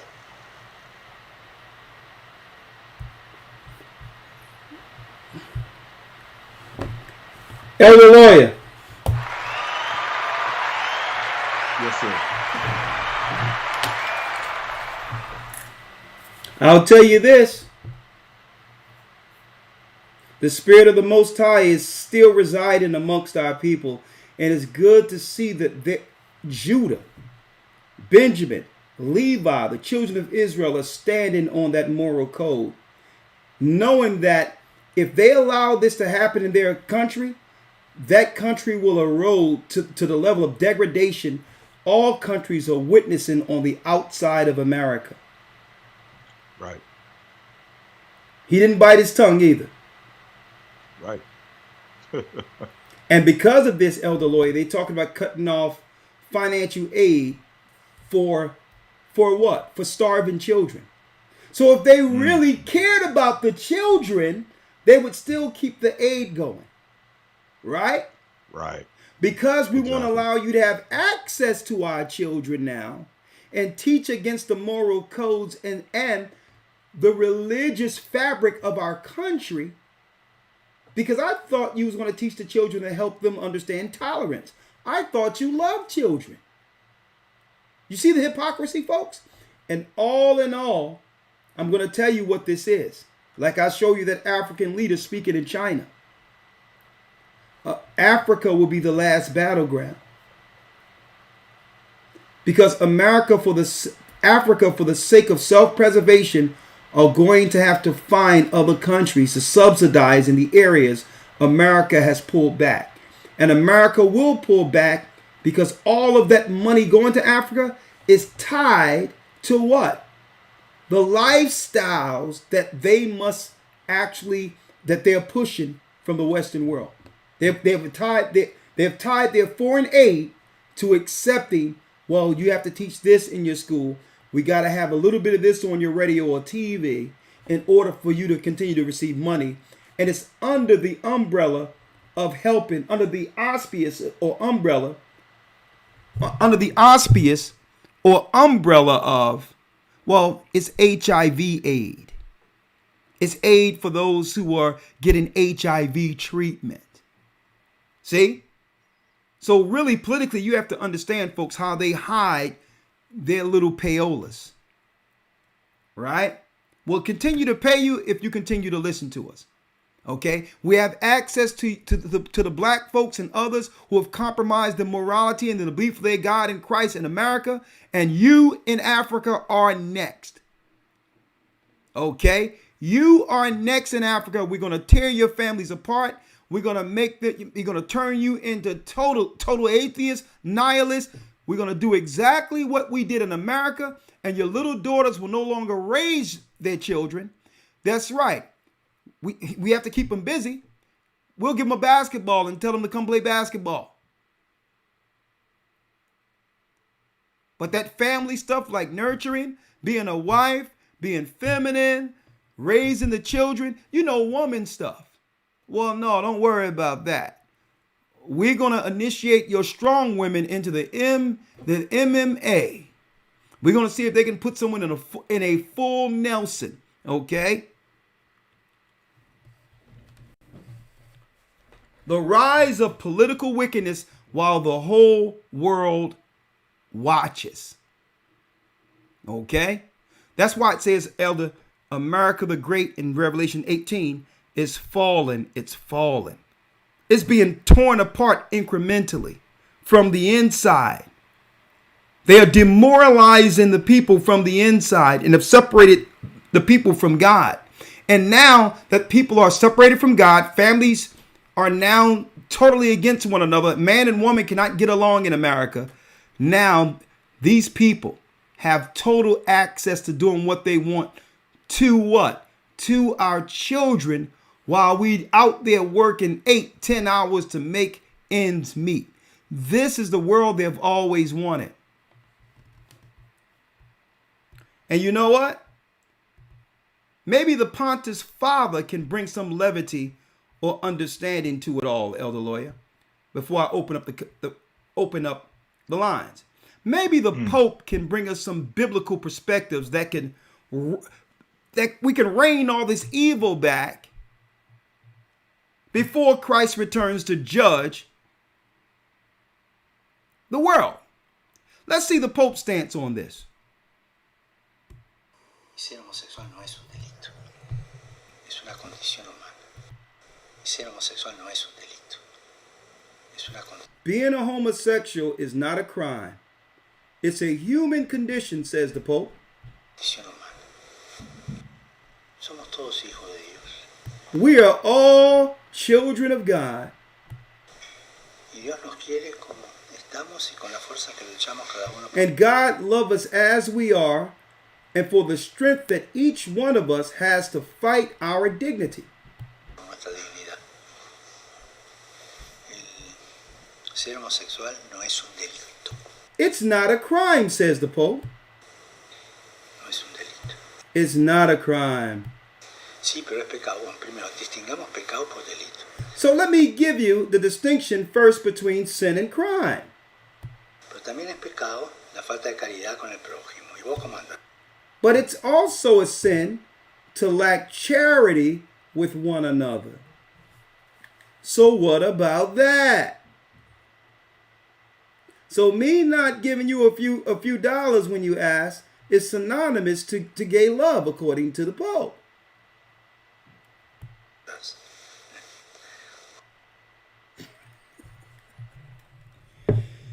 And I'm still waiting for him to read out of a Bible. Elder Lawyer, that's what the Pope said.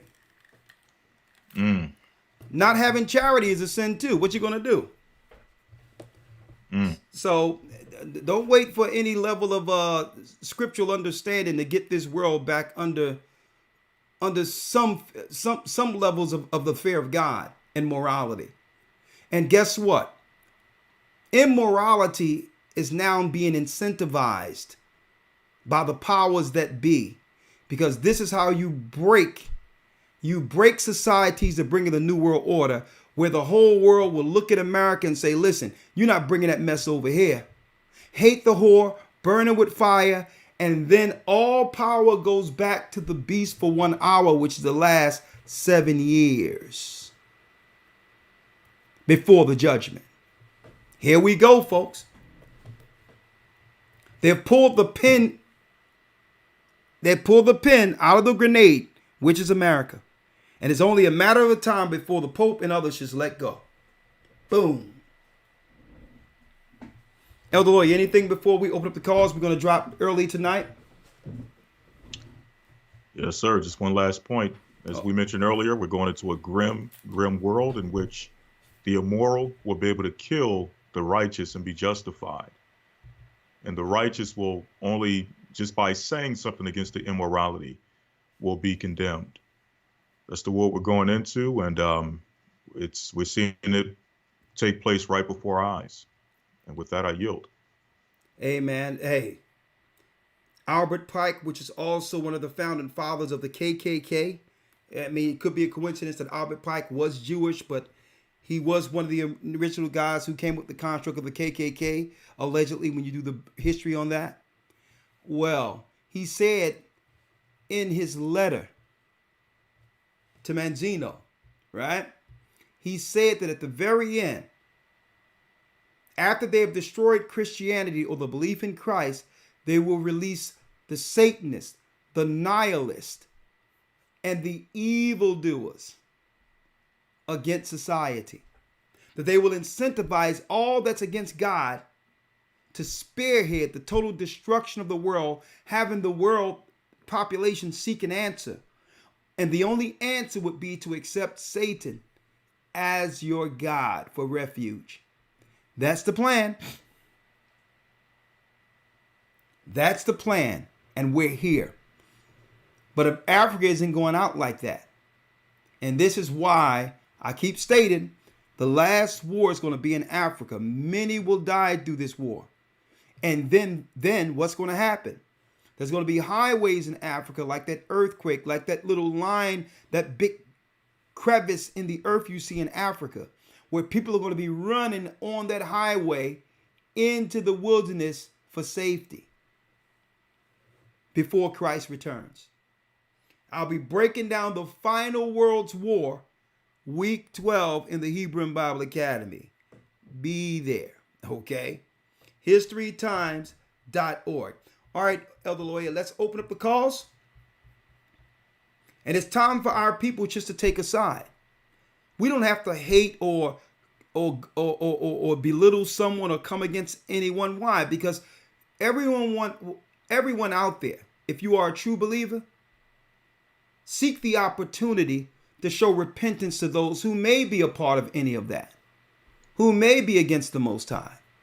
So we're not stating that anyone should berate or come against anyone who's victim to sin, who have fallen against God's law.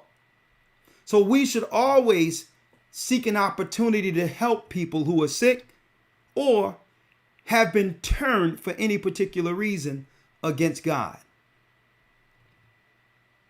But if someone is out there struggling, you have to realize you don't have to be embarrassed. You don't have to worry about whether or not somebody's going to hate you or go against you or make you think you less than. But if you have a place in you that you know is dark and you're seeking help with that, this is what the ministry is for. This is why Christ came. To give that opportunity so you can do what? Weigh your sins in the balance with God's law to make what? A conscious choice. You don't have to stay in sin or darkness. And see, and that's what being a true Israelite in Christ is all about. Not to browbeat people while they're in sin or try to come against them or say that they're wrong. But no, but wholesale, if it's sin against the Bible, how can you push that on other countries? It's one thing if you're struggling with the sin within yourself. It's another thing to weaponize it and make social mercenaries to blow up families. That's when it's evil. When you're using calculated efforts to actually harm a people who's already destitute and to turn their children out so that you can have more play slaves. That's when it's evil and wrong. When you have an intent to harm children. When you have an intent to turn children before they ever got an opportunity to experience life naturally. Right. So let's make it clear. We in Christ and according to this Bible, and also me knowing I'm an Israelite, doesn't mean I don't hate anyone. Okay? Even if a person is struggling with that particular sin and all of that. In the Bible, it's a sin. Whether you believe you were born that way, whether you believe that it's natural for you, it's still a sin according to the Bible. And even if you're going through it, whatever the case is, The only thing the Bible is saying is weigh your actions in the balance. Weigh your actions in the balance is what the Bible is saying. Because when the time go by and a little fun time that you have experienced in that space of darkness and you grow older, guess what? There'll be some regret, some darkness there that you may not be able to cope with.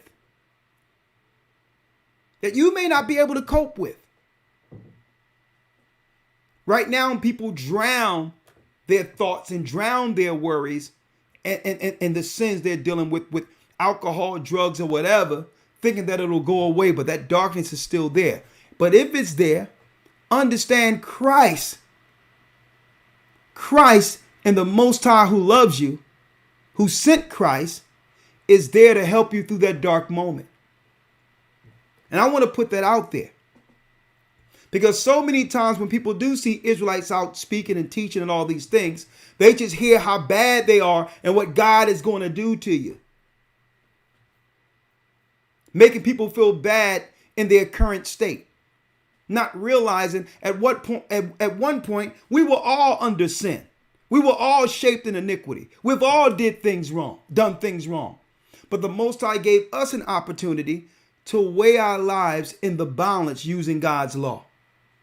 And that's all we are saying to brothers and sisters out there who may be struggling with that. We don't hate you or none of that. None of that. What we're saying is weigh your life in the balance and be honest with it.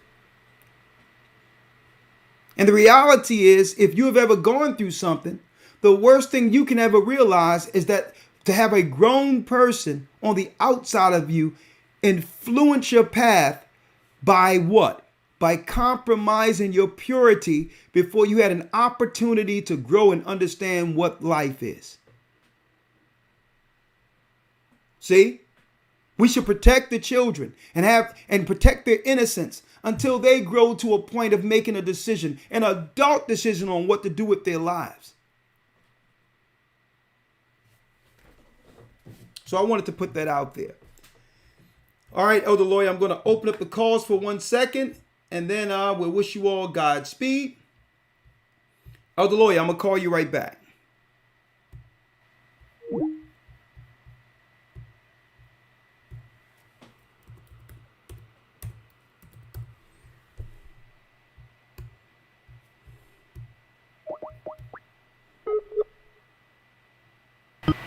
Welcome to Blog Talk Radio. Please enter your host PIN when finished.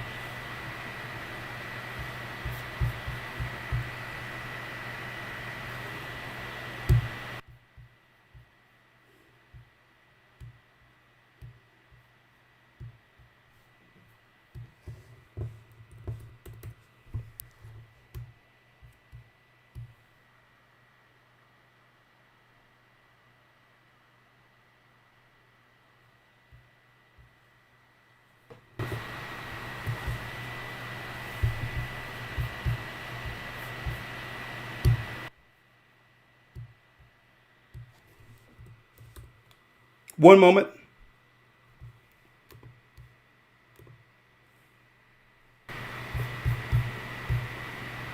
Radio. Welcome to Blog Talk Radio. Please hold and you will be able to listen to the show.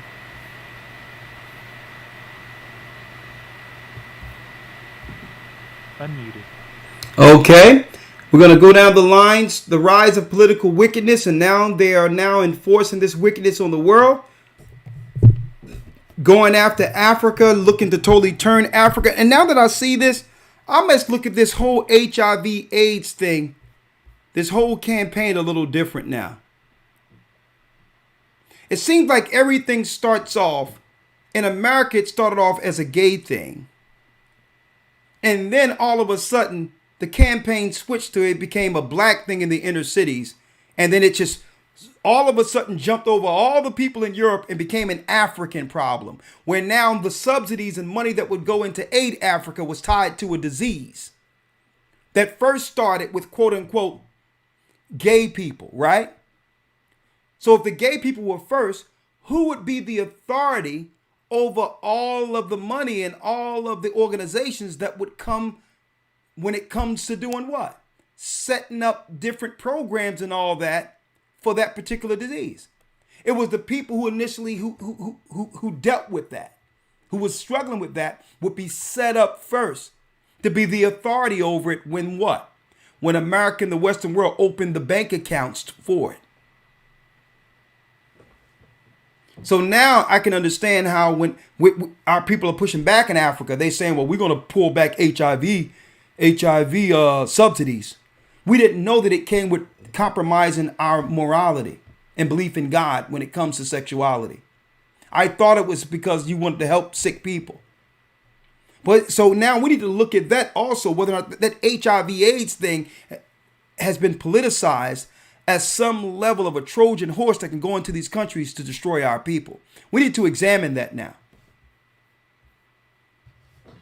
816 area code. 816. Shalom, how are you doing, sister? I'm blessed by the best, and his name is Ahaya. Bless you, bless you. The floor is yours. So, I was just looking at the scripture over in Amos. If you could read Amos 8, verses 11 through 13, please. Okay, one moment. I'll pull it up on the screen, okay? Sure. All right, one moment. Let me add lawyer here.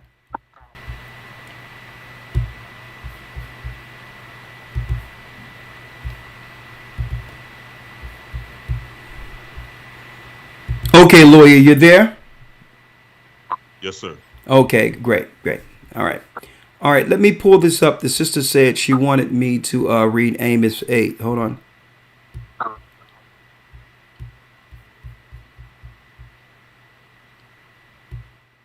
Okay, I'm at Amos 8 what, sister? Verses 11 through 13. 11 through 13. One moment.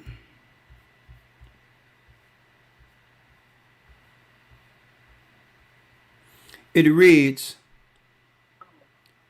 Behold, the days come, saith the Most High, that I will send a famine in the land, not a famine of bread, nor a thirst for water, but of hearing the words of the Most High. And they shall wander from sea to sea, and from the north even to the east. They shall run to and fro to seek the word of the Most High, and shall not find it. In that day shall the fair virgins and young men faint for thirst. That means of the word and understanding. That they swear by the sin of Samaria, and say, Thy God, O Dan, liveth, and the manner of Beersheba liveth. Even they shall fall, and never rise up again.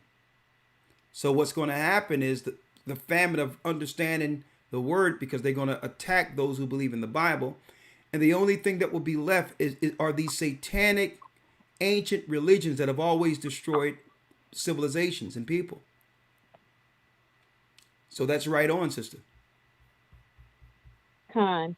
And just to add on to the statement that you made right before the call, you were saying we need to look and examine if it was a Trojan horse sending in the aid. Well, there was a movie out that I saw even before I got into truth. It was called The Constant Gardener. You may want to look at that. Okay, what's the name of it? Because when y'all be suggesting things, y'all be on it.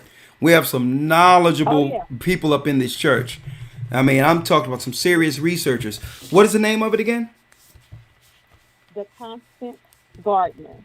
The Constant Gardener? Yes. Mm-hmm. Okay, now without giving it away, without spoiling it, you can give an overview. Mm-hmm. What am I to expect with this? You are going to see exactly what the question you asked would be answered in that movie. Was it a Trojan horse the whole time? Yeah. In my opinion, I think that it was the Hellion dialect playing itself out. Well, sister, I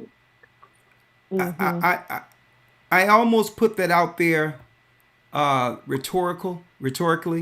when I say it may be a Trojan horse, because you cannot make definitive statements without saying alleged and others when you're on this particular site.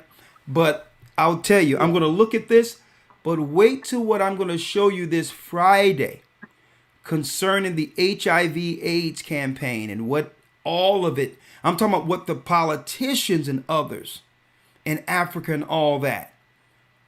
Wait till you hear what it was really a lot of money that was being funneled under that campaign that allegedly that was for a lot of different things.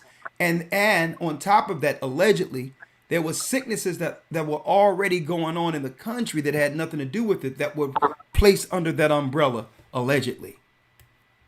So similar to, probably similar to another so-called disease that we hear about sometimes lately. But I digress. The similarities between that campaign and our more, I would say, how can I put this? The campaign that we've just come from up under. Was there similarities between what went down a few years ago as far as how reporting and all that thing happened and what was going on during the time when they used a black man by the name of Magic Johnson, okay, hocus pocus, to introduce black people to something that wasn't a problem at all as far as we concerned, because we grew up about him, was like, man, this guy, as far as what we know, you get this and you die overnight, right? But then, let me tell you, man, Magic looked stronger than all of us, and he was getting it at a time where we thought it was a death sentence. So we're going to talk about that, the political side of that, and how now they're leveraging against Africa to take those subsidies away under the HIV umbrella if they don't teach alternative lifestyles, or at least allow them to progress naturally in Africa like they allow those in the Western world to freely practice this in front of everybody, including children. But go on, you have the last word. Yes, my final comment is just, it reminds me of that verse when Christ said in the last days that we would do greater work. Yeah. And I can see how the Most High has set this whole thing up for people to be looking for the real children of Israel to lay hands on them, because they can't depend on the foreign aid no more. They won't be able to depend on, Babylon for their food and for their medicine anymore. And so I just think it's time for us to be prepared to step into the role of why we were put here, so that we can bring real deliverance and real healing and the real truth to our people. But it's going to come out of that crisis, because they're going to be seeking answers, and we have it. We got the answer. Hey, that's what you're here for. That's what we're here for. And I believe that through that, because we're teaching the truth now, you'll see the political hit pieces like we seen earlier with the news claiming a hate group is celebrating Passover, when Israelites haven't harmed anyone in America. Even in these stories that they try to pull out, talking about what happened in some market someplace or in a synagogue someplace where these independent individual people did a crime in those neighborhoods, which are Jewish neighborhoods. Guess what? There's none of these groups who knew any of these people. There's no ties in the media that can show any of these people they talking about came out of any of these groups they claim and hate. So the whole deal is now, because they can no longer ignore the truth concerning what we are proclaiming, because at one point they were ignoring it, right? It was like downplaying it. Oh, there ain't nothing. They can holler in the street as long as we consolidate power.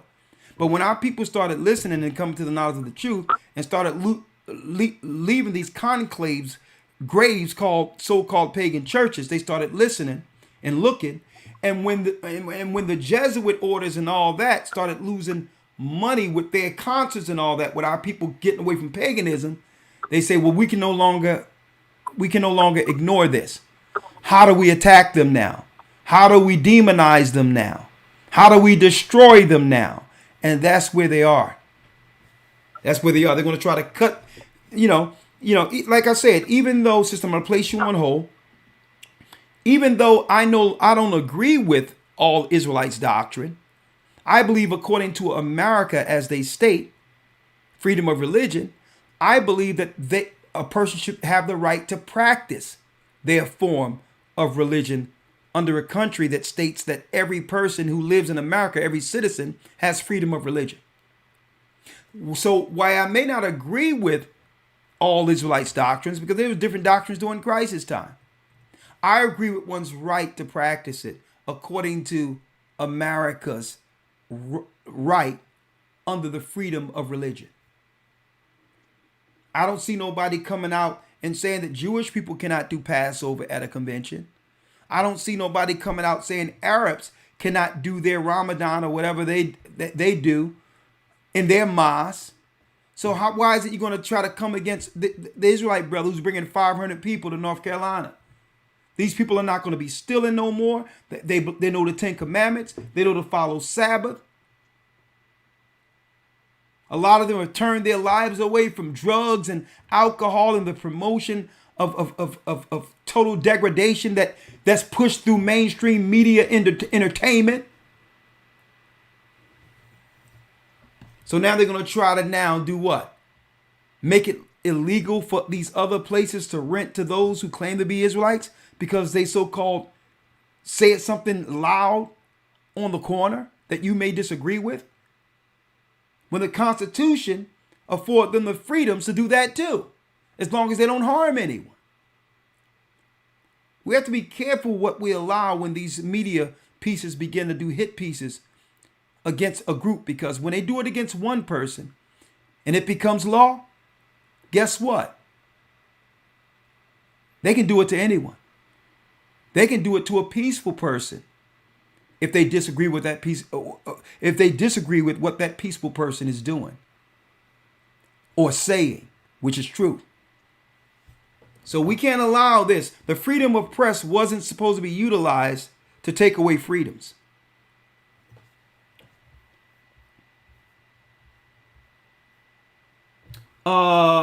Lewis has a question. Yes, Lewis. Hello, brother. Shalom to you. I'm Lewis from South Florida. Hi, Lewis. The floor is yours. Bless How you. doing? I have two questions. I'm trying to see which one I want to ask first. Okay, I'll just go with the one that I know that supposedly is coming to America. The first question is, do you see any of the digital currency that's getting ready to take place really going to happen this year? Could you elaborate what you can see in the spirit of this one currency that America's, getting ready to push upon us? Okay, you have to realize real quick, right, that when a lot of people panic when they see a switch in the financial, construct. They usually panic. Right. Initially, there's no need to panic here because they're just putting the groundwork in place for the mark of the beast. What they're doing here is they have brought on board the digital dollar. What does that mean? Well, it doesn't mean much at all from individuals in America, right, and the Western world, who shop online without using physical currency, who actually send money to others like PayPal, Cash App, and others, Zelle, without dealing with physical money, right? So what this is allowing on the surface initially is to have digital dollars so that they can stop pressing future dollars, which will eventually mean paper money, coins, and all that will slowly be moved out of the system altogether, which will allow them to have more control over every transaction. See? Right. So initially, it's nothing to be alarmed about. Just that what you can look for right now is to see less currency circulating in the system. They're going to slowly have digital dollars, and that's what it'll be instead of printed dollars.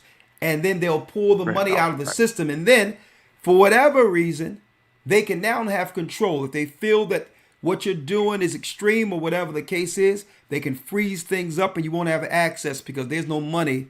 You'll have to comply. Or who knows? Look what happened in Cyprus a few years ago. People had money in the bank account. If they had a certain amount over $100,000, they woke up the next day and half of their money was gone. Just so that the banks can level the books. Because it's digital, you didn't have it on your person. Now it can be taken at any time and you can be easily controlled. Okay? So really what this is this is really one step under Biden. But let me tell you, they're going to try to push everything under Biden. And the reason why is because they can do whatever they want to do without any resistance based on his cognitive state. This is why they wanted him in. Mm-hmm. Okay? So they wanted him in to be able to progress everything so that the people working shadow, allegedly in the back, can do what they want to do without any resistance from someone that would think to oppose them. So this is why you're going to see everything. You're going to see the deals with China, immigration. They're progressing everything, okay? The change of money into another system because they know that the Republicans are trying to level it off by trying to take the Republicans. Trump is trying to get in to try to take away financial aid from LGBTQ, trying to go after those that was on Epstein's Island, who we know who's complicit with a lot of negative and evil things. So this is that battle on the political scale of why they're trying to keep the Republicans out, because the Republicans is cronyism. They'll set up programs that represent them. And then here it is, the left will be a while before they're getting subsidized. So that's the infighting on the political level. They fighting for the crumbs that are left.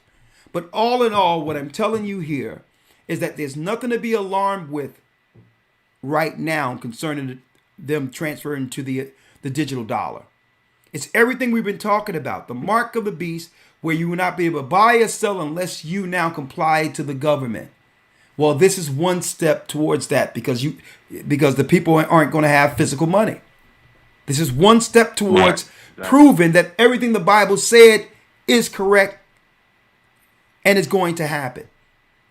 And that's why I don't understand why these people talking about the Gita, the Book of the Dead, and all this other crap they talking about. And nothing is talking about, a monetary system without any physical money anywhere unless you're reading out of the Word of God, the Bible. Right. The prophets foretold this. Our foreparents seen this. Amen. All right, but go on. Right. And my second question is, in scriptures, it tells us that certain sins are what they call the punishment is death. Yeah. So when people there's people out there who are lesbian and gay. Yeah. Should we even witness to them if they're in that lifestyle? If their punishment is death anyway? No, of course. You have to realize those punitive or capital punishments, right? You have to realize if you allow these things to go on that you'll no longer have a society, to vanguard, to protect, right? So if you allow witches to go loose and sorcerers to go loose, and it's witchcraft, evil, incest, the destruction of children, and all these things that the Bible say. The Bible stated capital punishment for activity that will that could actually destroy a society. Right? Right. That's why you say, if a man lie with mankind, he have committed an abomination, he shall surely be put to death. If a man or a woman was caught in the act of adultery, where a man was caught with another man's wife, that was death for both of them. Right? So keep in mind, when it comes to capital punishment, all people have experienced some level of sin. So we have to look at it that Christ covers us under grace to give them an opportunity to change their ways, to come up under the law a new creature. And now you are accountable to the law after you've been cleansed. Right?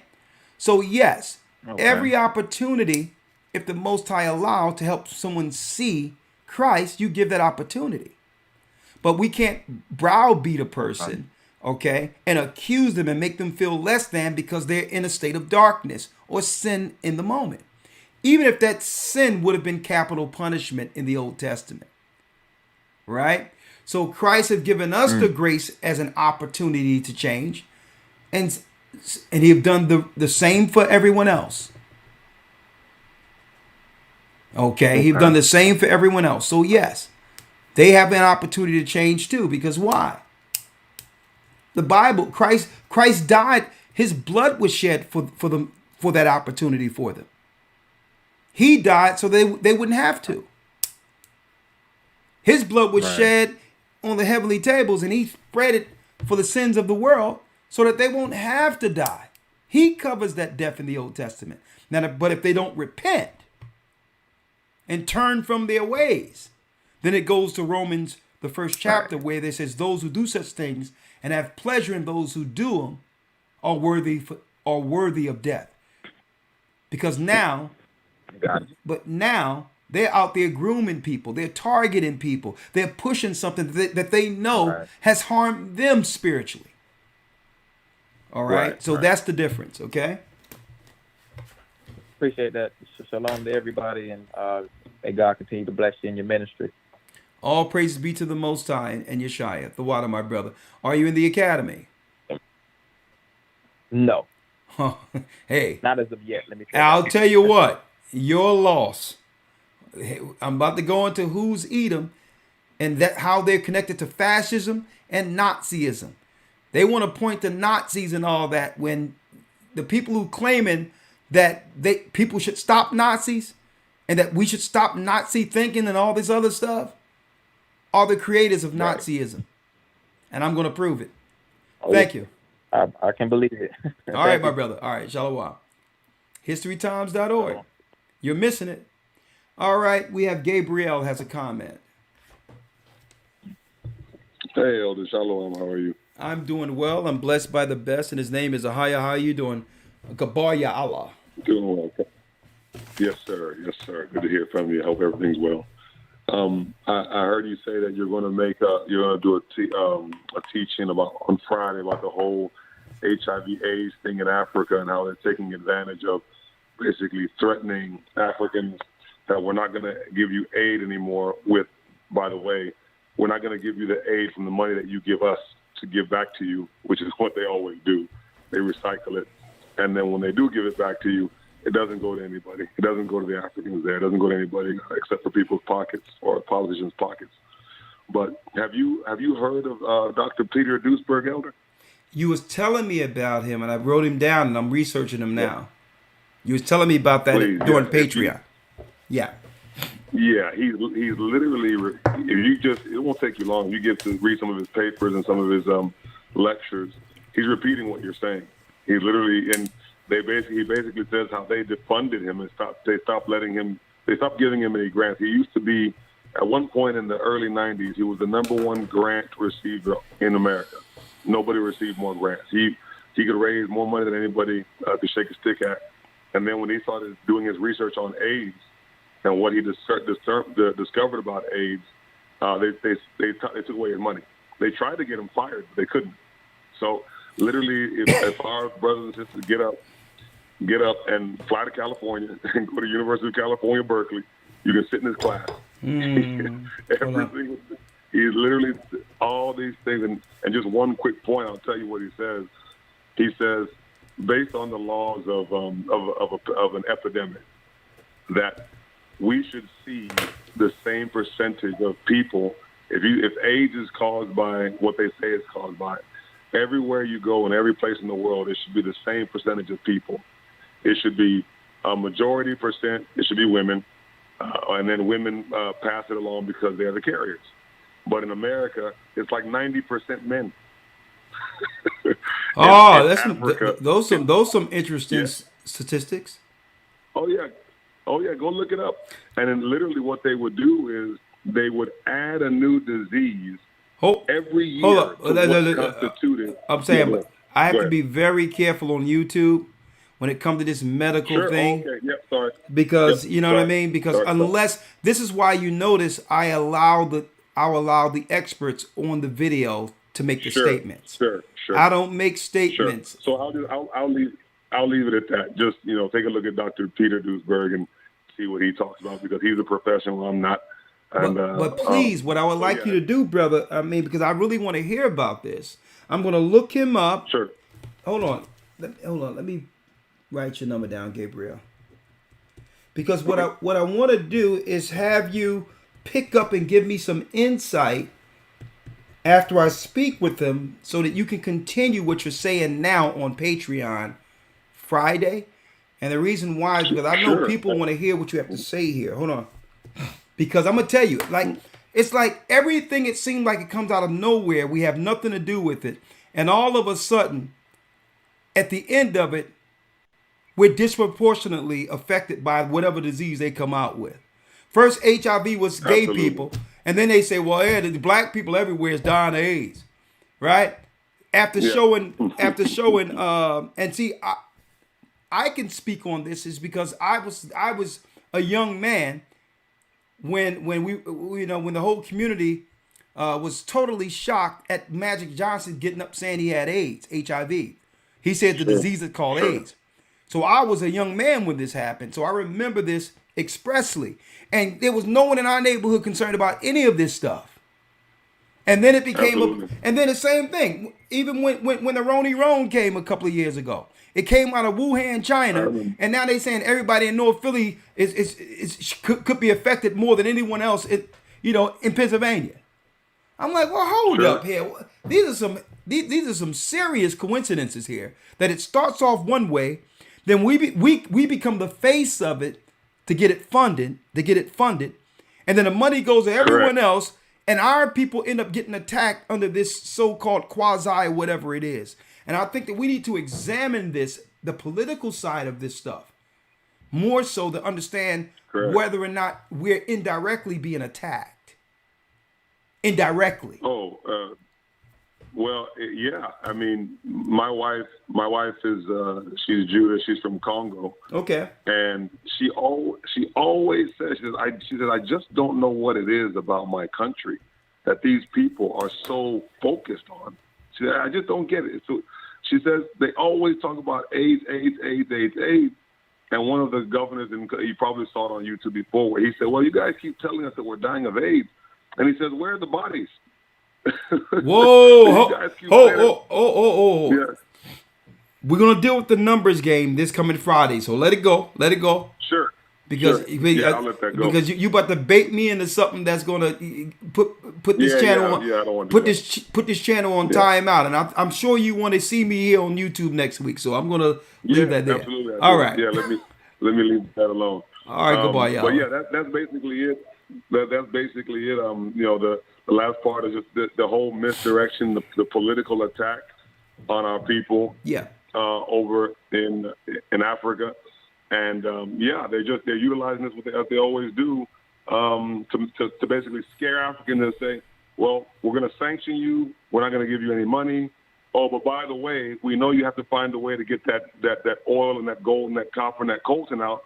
So we're going to send our emissaries over there to smuggle it out, take half the money, and then give you dollars so you can still work with it. Well, brother, can you do me a favor? Try to reach out to Berkeley, Peter Duesberg, and see if he can come on as a guest. And just let him know he'll come on to speak for like 15, 20 minutes to a church, international church. And also, he's speaking to not just the world community, but the black communities somewhat in particular. And to let us know in the community, in the black community, Africa and other, what is it that we didn't know about these campaigns that we should know? And just to let him, I'll leave it there. I don't want to frame him into, attacking anyone or accusing anyone.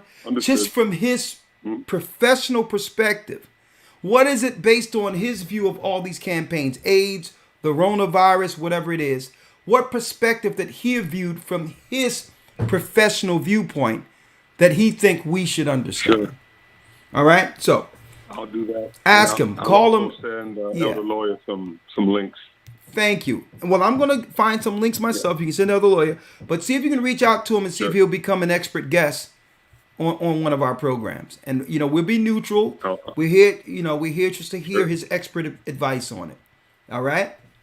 I'll do that. I'll do that, brother. All right. Thank you, my brother. Bless you. Thank you. Cheers. Shalom. Shalom. Man, very knowledgeable brothers and sisters. I'll see you there. I'll see you there, Sunshine. I'll grab you in a moment. What that? I think it's Glenda. Glenda has a question. Hello. Hello. Hello. How are you doing, Glenda? Fine. Shalom. I can't say the word. Shalom. Just say shalom. Shalom is good enough. That's good. Shalom. How are you? Yes, I have a question. I want to get prayed over. Okay. And your name is Glenda. What's wrong with you, Glenda?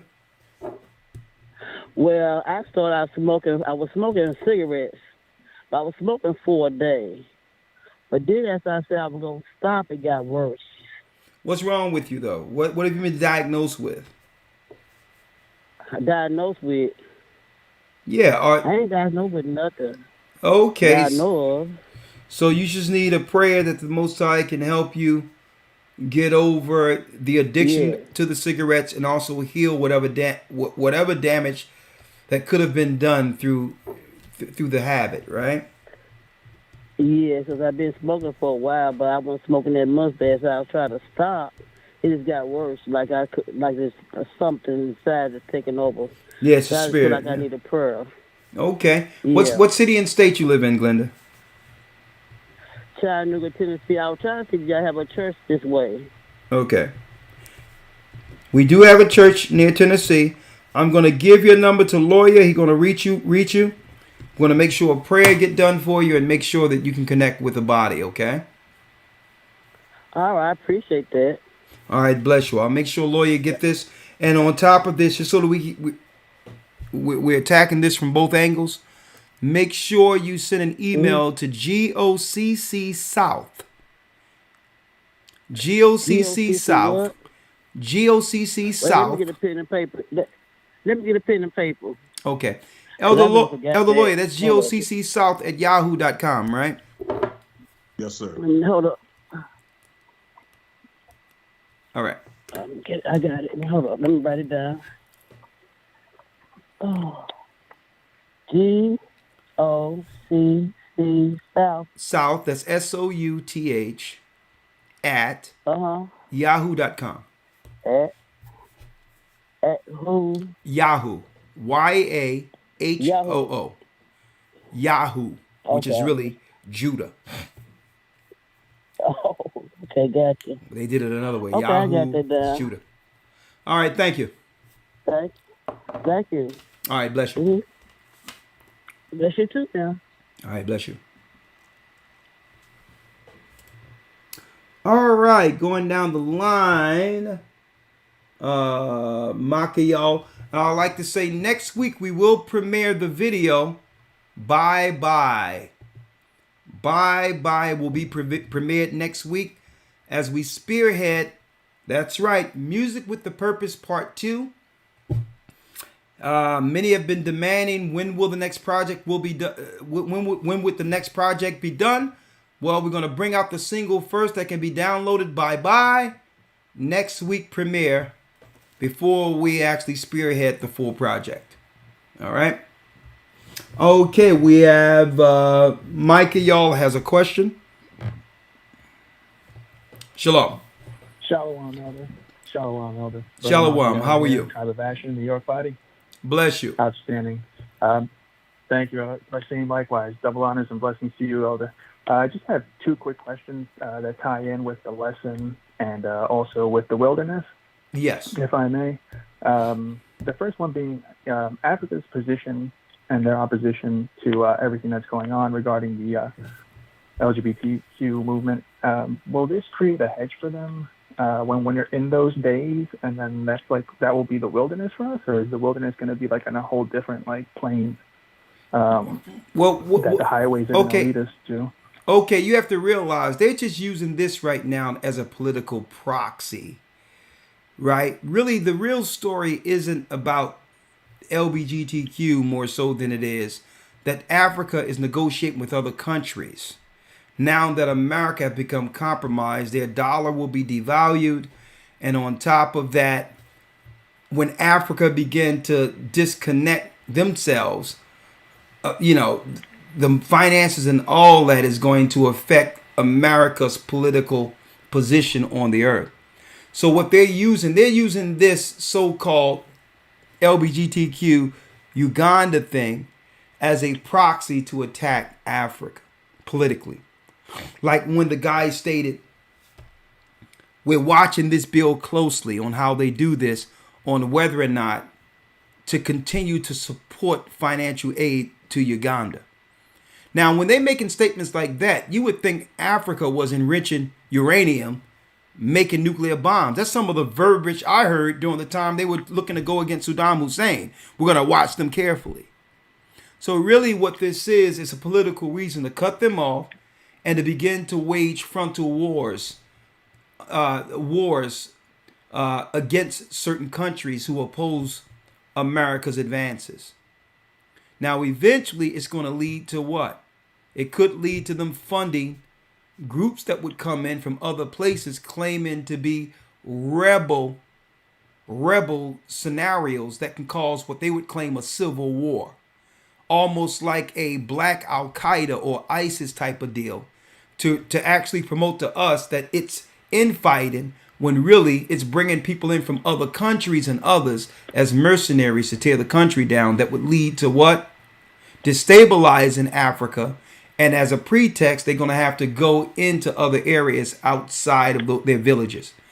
This is how eventually people will be funneled into the wilderness, the same place our people were during the time Moses gave us the law. Okay? I understand. Totally. Yeah.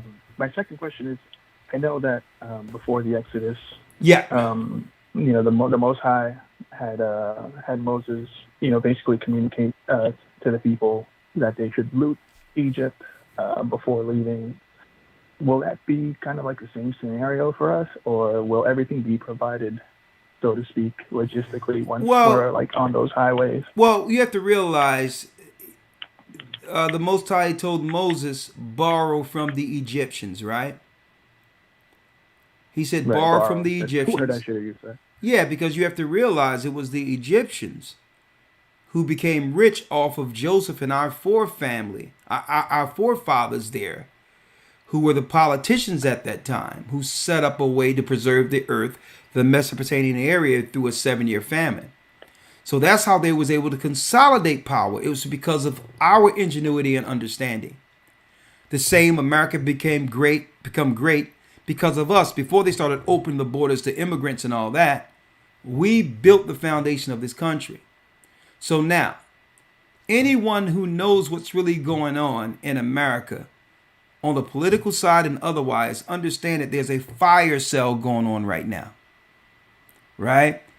There's money to be had and grants and all these things for those who know how to get access to them. And that's what's going on with a lot of these groups like the LGBTQ and others. They're filthy rich because they know there's minority money that belongs to us that no one is telling us about. It's a fire sale. So it's upon our people to understand what's out there for our people, get access to it while there's opportunity.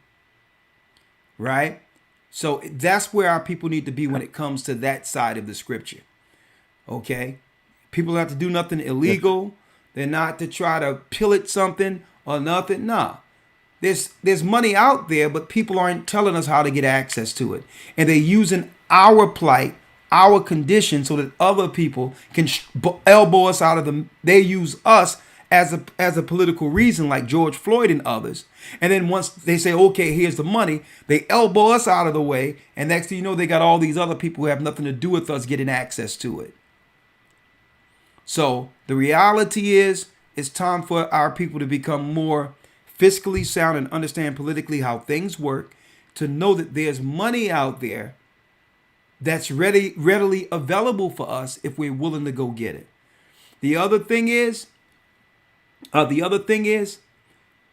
the majority of us look to go to college and get in debt and get grants that way instead of understanding the grants that are already there for our families, for our community. So what I hope to do, right, especially in these next couple of months with a lot of planning and things we're doing, interacting with others and talk about what's really going on with the displacement of our people, is to give our brothers and sisters outright on our platforms and other conversations information that can benefit them, right? Like, did you know that there was grants for our people right here for housing that the only reason LGBTQ and others are getting it is because they ain't telling us that money that money exists. And we let that money just sit there, right. And now immigrants are now flooding in and grabbing that money under the guise of minority black and brown people. So it's a fire sale right now. But our people are the last to understand where to go to get what belongs to them. And this is where the conversation comes in, where those who understand and see what's happening tell our people and inform our people, listen, we can't depend on them wholesale because they've always deceived us. But if there is something out there, this is how to get it. And make sure you get it legally under the laws of God if it's out there for you. Okay? So I'm going to be having conversations on that. And, and that leads to also the reparations conversation, which they're actually playing with our people with that. Because there is no studies and other things the Japanese had to do to get reparations for being in internment camps. There was no study or round table discussion of experts to discuss money going to those who were Holocaust survivors. So anytime they say, well, we're discussing reparations, we may do this and may do that, they just playing with our people. Because if you harmed our people who built the country, there shouldn't be a discussion. Okay? Okay? There shouldn't be a discussion. The one. Because there's no discussion for everyone else. The edification of it. All right. So, all right. All right. Thank you, my brother. Why, Elder? Also, I know you're really busy, but if it'd be possible whenever you get a chance for a callback regarding just some works, specifically, for the body that I'd like to do if somebody or somebody's isn't already appointed to certain positions or okay. What type of what type of works you talking about? Well, I was interested to see if I have a subscription with Dr. Truman. So I was wondering if, we have logistically any plans in place for someone to assume that kind of role or a group of people to assume that kind of role into learning the different herbs and all that, plants and stuff like that. Okay. Yes, sir. So, I don't know if he has like an apprenticeship or if he has, I don't, if he's willing to take on students for the body to learn. Well, I don't know because what Dr. Truman does is independent from our church. Okay, it's what he does. He's an expert at it. Even though, I've always leaned on him to help me and my family and others in the church. You have to realize, but his practice and what he does is a totally separate ministry. But what I can do is I can call him and have him reach you and see if he would open up some apprenticeship for you. All right, so I can arrange that conversation you can have with him. All right. The water, Elder. All right, bless you. Appreciate it. You're welcome. Shalom. Bless you as well. Shalom. Shalom.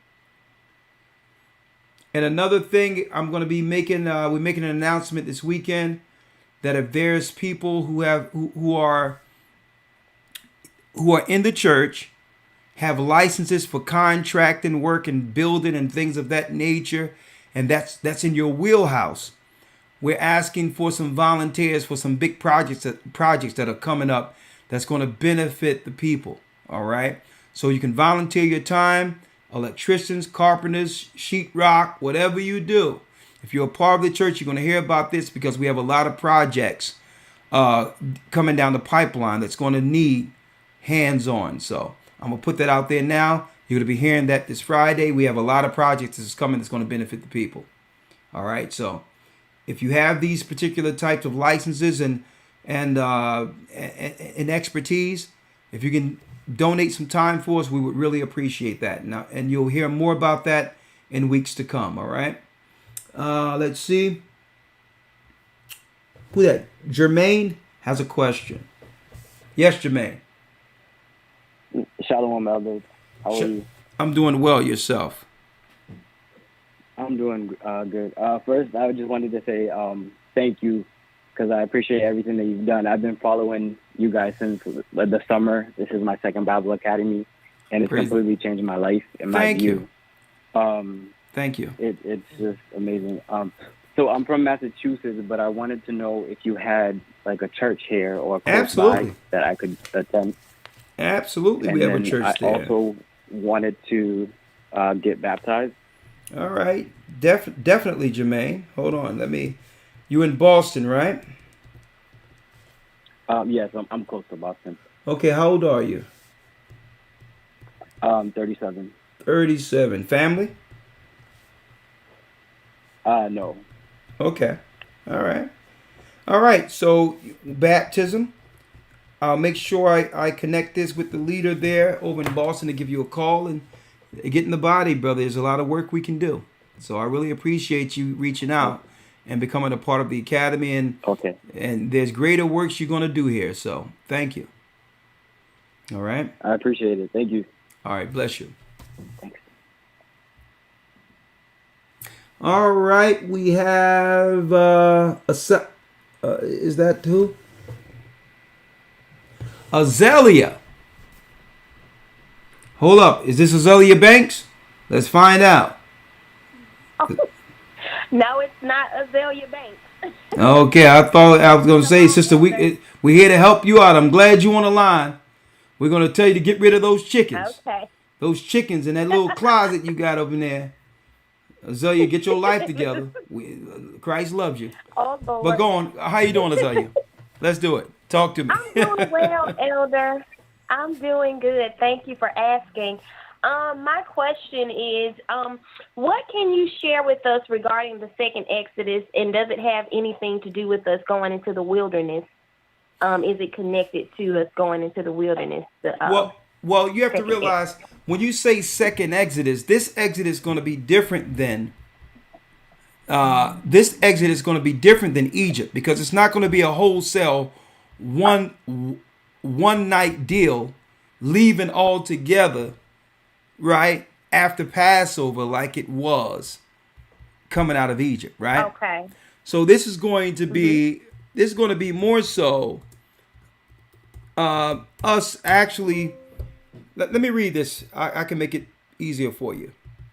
So you're talking about you're talking about this happening almost in increments of time, because in different parts of time lead into us being in the wilderness together. Why? If there was one Exodus altogether that they can point to, they would be able to get rid of God's people altogether at one time. Right? Right. That makes so much sense. Yeah. So the Most High is going to do it in a way in which we can safely get there between now and the time they cut off all travel. And that goes into the book of Daniel, where it says, blessed are those that make it to that certain year, which is the fourth year, past that 3.5 years. Right? Let me read this. Okay. Hold on. Mm-hmm. Let me read this real quick in a nutshell. And I'll be going into this also this year, all through this year. I'm going to have to, and in the academy. But I'm really going to be highlighting that. It says Jeremiah 23:7. Therefore, behold, the days come, saith the Lord, that they shall no more say, the Lord liveth, which brought up the children of Israel out of the land of Egypt. See, that was one Exodus. But the Lord liveth, which led the seed of the house of Israel out of the north country, and from all countries whither I had driven them, and they shall dwell in their own land. See? So this is not just a singular Exodus like it was coming out of Egypt. This is an exodus from all the places we have been scattered throughout the four corners of the earth for a time to serve these nations. The great part about it is the servitude spirit is coming off of us, and it's leaving us, and it's going on those who once opposed our God and enslaved us. So right now, that's where we are through that transition. So as we're led through the Holy Spirit and churches are developed, circumstances will develop that will allow us to slowly but surely get to where we need to be without it being a wholesale recognizing by all the governments of some exodus somewhere. And eventually we'll all be in those same areas that we read of in Isaiah the 11th chapter. Read that. You'll see in Isaiah 11 the countries eventually where we'll be actually led from out of at the very end. But circumstance and our own travel going to get us in proximity, and some is going to leave at the last moment. But it's not going to be a thing where it was like Moses standing up and everyone is following you into an exodus. It's not going to be that way. The Holy Spirit is going to guide us through the heavens into these areas incrementally. Okay? Okay, all praises. Thank you, Elder, to answer my question. What scriptures did you read again? I'm at Jeremiah 23, 7 and 8. And make sure you read Isaiah the 11th chapter. Okay. And whatever Thank you so much, Elder. Whatever you do, I'm Yes, going to sir. tell you this right now, sister. Do not go into Israel, the borders within Israel, and do not go into Jordan. I'm going to tell you that right now. Okay. All right. Okay, can I ask what the reason why we shouldn't go into those? Because a fire is coming in the war. Okay. All right. The only time we're supposed to go into those countries is when we're led by our king, after the fire purges that area. Okay. Okay. There will be a war in the Middle East. And what's going to happen, and I see it now, and I spoke about this in the academy, it says that the kings would flee into Kittim, which is Cyprus. Well, they have already started going into Cyprus in preparation for the sacrifice that will happen in the Middle East. And that's the war. The sacrifice will be when the fires hit in the Middle East, 6 million are going to go. You don't want to be in that area when it happens. The word Holocaust, when you look at it in the Hebrew, translate to what word? Sacrifice. A burnt sacrifice. That's the word Holocaust when you look at the Hebrew. So we've been hearing that number. But a lot of people don't know that what's the prophetic part of that number, 6 million. That whole land must be purged before Christ returns, because Christ's going to bring that land back from the desolation. The desolation is the fire that's coming there. So it's not time to repatriate back to Israel. A judgment is coming all through there. Even the leaders of Israel aren't going to be there when the war hits. They're going to be in Cyprus. Okay? So right now in the Middle East, they're preparing everyone over in that land for a sacrifice. All right? And all power, like I just broke down, will go back to Rome. You have to realize a lot of these places that extends from Europe, including what we see in Israel, are colonies that were established out of Rome and America, used as proxies for Rome. So right now we're looking at a priesthood over there that will lead to a serious sacrifice in the next war. Do not go in. Look at Isaiah 11 chapter. Do not go into Israel, because in that war you will not be able to escape it. And do not go into parts of Jordan. Okay? All right. Thank you, Elder. Thank you so much. You're welcome. 214 area code. Hi, Shalom, Elder. Shalom. This is Emia. How are you? Yes, I'm finding you. I'm doing well. Thanks for asking. Yes, sir. I just had a question about crystals, because you had said something about that was which works, I guess you can say. Yeah, And yeah. A matter of I fact, just wanted you to, a matter of fact, yeah. a matter of fact, crystals are used in high Wiccan and witchcraft rituals. Okay. And So see, I was asking that because I have crystals in my home, No. but it's not like I don't use for that. That- Like but- I have. Well, this is what I'm like, saying. This is what I'm crystal saying. ball. What I'm saying is these are inanimate objects, right? So that in of itself, right?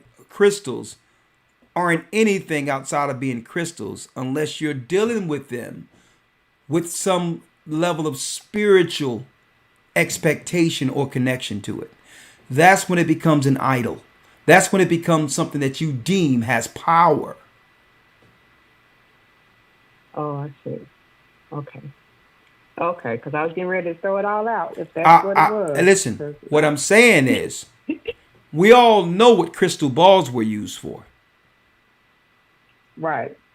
All right, and the whole thing of crystals and the crystal power comes from when the fallen ones fell into the earth. They was consolidated in what we call Antarctica today and built cities, crystal cities. And that power was the power of the fallen angels under Lucifer. So witches and all that would go and do this to connect to the gods. And that's the initial religion of the earth, in connection with power, to get insight, to get revelation, to connect to the unseen. So that's the origin of crystals. It was because the crystal city, like you see in Superman and all that, were actually the cities of the fallen gods before Adam was shaped out of the ground. They came out of the ice. They came out of the crystals. And this is why witches, sorcerers, and others hold the crystals dear, because it's their connection to the gods. I will never tell anybody what to do with what they have, but you have to understand the origin of how witches and warlocks connect to the unseen. Superman is that's what I wanted to kind of understand. Superman is Satan, and the crystal city he went to have power and all that, were the original cities the angels were in before the waters resided. Okay, so it's really a connection to the old gods. All right, so be careful with that. Okay. All right. And then I had a second question, and the second question was, because that the United States or this country has done a lot to other countries, so much that we should have been attacked a long time ago. Is it the reason why we're not being attacked is because we are here, the children of Israel are here, that's keeping it from being attacked? What you say? I said this country, the United States. Yeah. What was your question? Done a lot to other countries. You have done a lot to I was other asking, countries. is it the reason why we haven't been bombed like some other countries? They get bombed just because. Is the reason why we haven't been attacked on that level? Is that because we are here, the children of Israel are on this land? No, the reason why America haven't been attacked because it wasn't America's turn. Oh, okay. Okay. But it tell you in Revelations 18, in 1 hour. See, she got so proud that she thought she would never know the loss of children and all that. But eventually, Revelations 13, 9, and 10. He that killeth with the sword must be killed with the sword. He that leadeth into captivity shall go into captivity. So eventually, they call it the law of the universe. That's what they call that. But really, it's Galatians 6 and 7. Every society, every person in the earth, no matter who you are who lived in the earth, there's a reap what you sow law. The Indians, the East Indians call it karma. Nah, that's out of the window. It's reap what you sow. So according to the Bible, it hasn't happened because it wasn't America's turn. But now that America have totally began infighting and become anti-family and have divided when Christ says a nation against itself cannot stand. Now it's exposed and open for now Rome to say pull the plug on it. We're not going to protect America anymore. We're going to allow the legislation of the outward international body to determine America's future. See? And what countries are saying is, well, it was one time where American passport had clearance to go to every country because with it comes a connection to finances, wealth, and prestige. But now, based on what they're promoting to Africa and others, other countries are saying, well, no, we don't want you in our country if that's what you're pushing. See?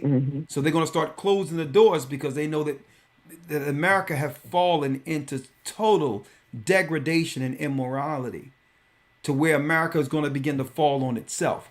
That's where the country is now, ripe for the taking. So no, it wasn't because of the children of Israel that the Most High didn't allow it to happen yet. It's because it wasn't America's turn. The Bible teaches, he that letteth will let until he be taken out of the way. America have been given many opportunity to repent for their sins, to apologize. You know, they haven't even come out and apologized to our people and say, we know you, the children of Israel, and we apologize for the evil we have done against you. The pride of America's heart have deceived them. And only the judgment of God on this country can make the true judgment or make amends for all they are too proud to admit. So the Most High is allowing them to seethe in their pride so that the world could recognize what a country looks like that was great at one time and then eventually turned their backs on God altogether. So we're going to be delivered from here. We're going to be fine, those who are in Christ. But America will be the example of what not to be after it has fallen. Believe me. It tell you in Revelations 18 that all the nations on the outside going to behold, they're going to be well after seeing the smoke come off of her. And no one is going to believe that a country that was so great fell to such depths of immorality and is no longer in existence. Or at the bare minimum, a superpower. Because people are still going to be living in the country. But the country eventually, according to the Bible, will be powerless. There will be a war that will eventually lead to bombs being hit. And then what's going to happen, because all your nuclear plants here in America are on a fault line, is going to be a domino effect that will lead to all of your nuclear plants melting down. And then there will be an earthquake which will break America into 3 separate parts. It will be divided. It will be divided and controlled by 3 separate countries who have already purchased those particular areas. It's going to be China, Great Britain, and the West Coast will be owned by Russia. All of this and more you'll be hearing in classes to come. A lot of what I'm saying, listen, sister, I was teaching this on the street. Everything I just said right now, I was teaching on the street in 2008, 2009, right there on the corner of 8th and Market, 9th and Market. Everything I'm saying. And guess what? Now, the same countries I said who own those 3 parts are now here. We're hearing about a Russian invasion. China is here now to claim the parts of America that belongs to them. Okay? And Great Britain will have the rest, which is the East Coast. It's already have taken place. So here we are. But they're piecing it up now. But the real piecing is going to happen when there's no more bridges and the earthquake comes that's going to split America into 3 parts. That's what's coming. But guess what? That would be after the Exodus, right? Of course. Of course. Of course. All right. My brother. Yes, I mean, my sir. sister. Yes, All right, sir. I appreciate Thank you. you. Great questions. All right, the water. Are you in the bar? That's it. Oh yeah, that will be after. Hey, hopefully we'll be in the wilderness flipping pancakes at that time. 323 area code. Then I'll bring in. I can't go a day without my sunshine. Yeah, bring sunshine in. All right, we have Mika has a question. Okay. Hello? Yeah, Mika. Shalom. Yeah, you sound far away. Are you in the car speaker? What you have there? Yeah, just let me know if you can hear. Can you hear me better now? Yeah, you can go ahead. You can shoot. I'm listening to you. Okay. Okay. Well, the question I have is: did you hear about the co-founder and the owner of Cash App that was stabbed to death? And if you heard about it, what's your stance on that? The owner of Cash App. He was stabbed to death. Oh, I think last night. I think. Yeah. Hey, I don't know, but you know how it is when you get something good. You know, they make you an offer you can't refuse. Hold on. You get down to lay down. Okay, yep. The founder killed. And yeah, I don't know. I'll look into it, but I don't think it's a coincidence this has happened right after they went into the digital dollar. Now that's interesting. Because who knows? Maybe some of these transaction apps and others aren't playing ball into allowing it to transition into the World Bank control. Like I said, usually when they come to you, they're giving you an offer, but it's not really an offer. Like when they went to Barry Gordy and say, we would like to buy Motown for about this millions of dollars. That really wasn't an offer. Okay? Because Barry Gordy would have never sold Motown. You right? When they came and Mac and all that wanted to buy Beat by Dre's. Like, yo, yeah, we want to purchase Beat by Dre's. Here's a few million. So you got to know how it works. When you have something that's needed by the industry, they're going to make you an offer you can't refuse. Now, they're going to get it anyway. But whether or not you live to see the spoils of your work is another thing. Right? So, that's the way it works. So, I don't know what happened, but obviously, who knows?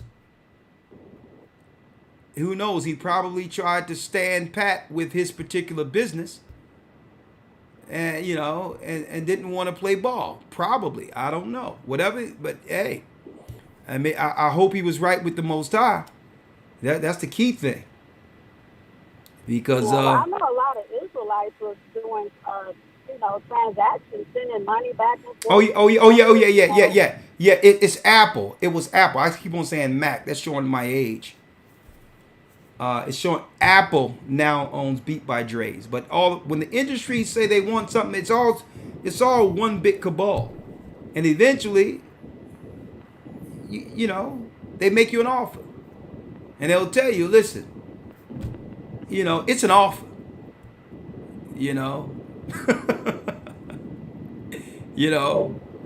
So when they come to you, if you're part of the industry, you get something good, like Michael Jackson. Michael Jackson would have owned half of Sony, 50% of Sony, if he would have lived throughout the year they quote unquote killed him. So that's the way it is. So I don't know. I just seen that and I don't know what it means, but I will be looking into it, sister. That's deep. All right. I have two more brief questions, okay? It's very brief. The second one is, if the water's going to be poisoned, where will we get clean water from? Sister, that is a good idea. That was a good thing, and I'm going to be talking about that. Bishop Amav showed me a machine today that you can purchase for about $2,000. And what this thing does is you sit it outside, it filters your water and give you clean water that you can administer directly through a machine. And it pulls water out of the air. All right. Oh. Now the other thing is there's tablets that you can purchase in an emergency to clean any type of water and shake it up that the militaries use. So when it comes to the survival instincts, when it comes to water and all these things, follow us closely. We'll be talking about this as we come closer to the end with almost no water, where it says 2/3 of the waters will be made bitter. Wormwood. Another thing you can do is you can go to Amazon and buy yourself water filters. Okay. There's water filters that go in your shower as well as your faucet that will take out all of the bad agents, so you can have a clean water to drink, shower, and cook with. So there's many options out there for you. The cheapest way initially is to go to Amazon and get those filters that you can change every few months to go in your faucet as well as your showers. Okay? Okay, and last question. If you don't have any fruits or vegetables grown, where can you find fruits and vegetables that have seeds in them? Well, I own heirloom seeds, fruits and vegetables and all that others. All right. You can go to supermarkets and you can still get fruit and vegetables with seeds in them. You can dry them out like anything else and plant those. Oh, not in California, because everything in California is seedless. I was thinking like maybe a farmer's market. Oh no. What you need to do is go to Google and Google organic foods in California. There are some places you can go for organic foods. Well, I bought an organic apple last week, and that apple didn't have not one seed in it, and it was an organic apple. No, that was an apple from hell. That wasn't an organic apple. But what I can do is I can speak to Luke. You're in the congregation of California? Yes, I am. Okay, well, I'm going to look into a few places you can go give it to Luke. He'll give it to you, and you can find some apples with seeds in it, believe me. And watermelons, please. I need watermelons with seeds. Hey, listen, I'm a jack of all trades. I'm going to look into find you some water. A matter of fact, what I did was I took a watermelon out a few years ago, and I just took all the seeds and dried them, and I put it in the garage. So I got some watermelon seeds that you can actually put in. I'll send them to you. You throw them in the ground and put water in. You want to do that? Okay. All right, I'm going to write down your number. Yes. There it is. Hold on. Let's see. Mika. Watermelon seeds. Yes. And I'm also the lady that needs prayer for my daughter as well. I know. I didn't forget you. All right? Okay. All right, Mika. Okay. All right. Shalom. All right. Shalom. I'm sure I'll hear you this Friday on Patreon. You're one of those people who continually support the church. I really appreciate you, sister. And I'm going to be there to help pray and get your daughter out of what she's dealing with, okay? Thank you. You're welcome. Shalom. All right. Last but not least, brought back by popular demand, Sunshine. Hi.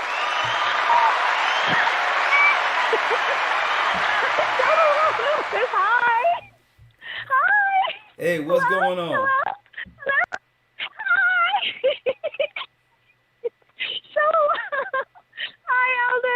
Let's go. I got to get up early in the morning. I got a lot of work to do. I'm dealing with a bunch of things, young lady. Come on, talk to me. I just listen. I just drove in after driving 1 hour and a half back over into the sticks, an hour and a half back, and then I went straight and set up to be on the program this evening. So I was in the sticks somewhere where you gotta put your phone up for reception. So I am tired. I got to get up in the morning. I'm tired. Come on. Run off your copious notes. Come on. Okay. I'm tired. Oh, okay. Oh, elders, how they won't leave us alone. What a diabolical plan on every side, creating Pikean disillusionment, nihilism, and a Cain city of unbelievers, so that with all the confusion that's going on in the world through the med apparatus or the media, all the things thrown at us, the saints, in attempt to wear out the saints, though they won't, they'll actually just keep the strongholds locked onto those who do not have the truth.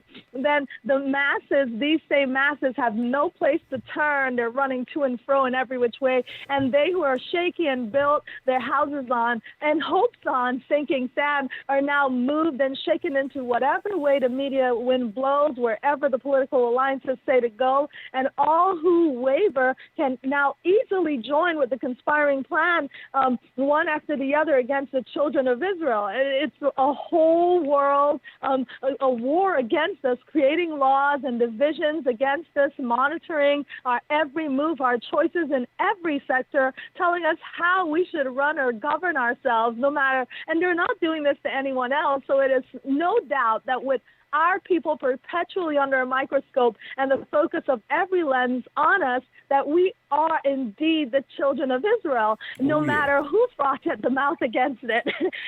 And now as Babylon shifts downwards and we're seeing the so-called experts and shifters and dissemblers and vultures of nations with some of our Judases coming out from behind their rocks and crevices and veils in plain sight, no holds barred, threatening, funding, and linking freedom to a double mind and New Age hive mind in the U.S., Africa, and elsewhere, yet the same man of sin is being revealed, whether those that curse us and trespass against us realize the backfire of their plans against us or not. And in fact, with what they do in their focus on us here and abroad and worldwide, and their continual assaults against us, any eye that can see in humility of the Gentiles can honestly admit that surely their fathers have inherited lies. And while the Israelites who can see know that our kingdom is at hand, for we are the sons of the living God. And the desperation to make links to us and anti-Semitism or links to us and unlawfulness and lies and violence and their fakeness and much ado about absolutely nothing that we're doing to them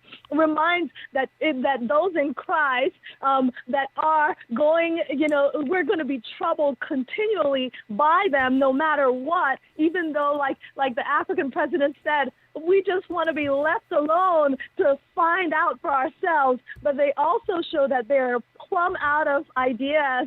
They're grasping at straws. They're witless and unable to stop the inevitable truth and prophecies of the word. and they do lie, and they're continually pretending in good intentions to protect the trust of the public against us, the new labeled world terrorists, but the sinister nature of what is presented as a way forward is clearly known by the things that they do against us.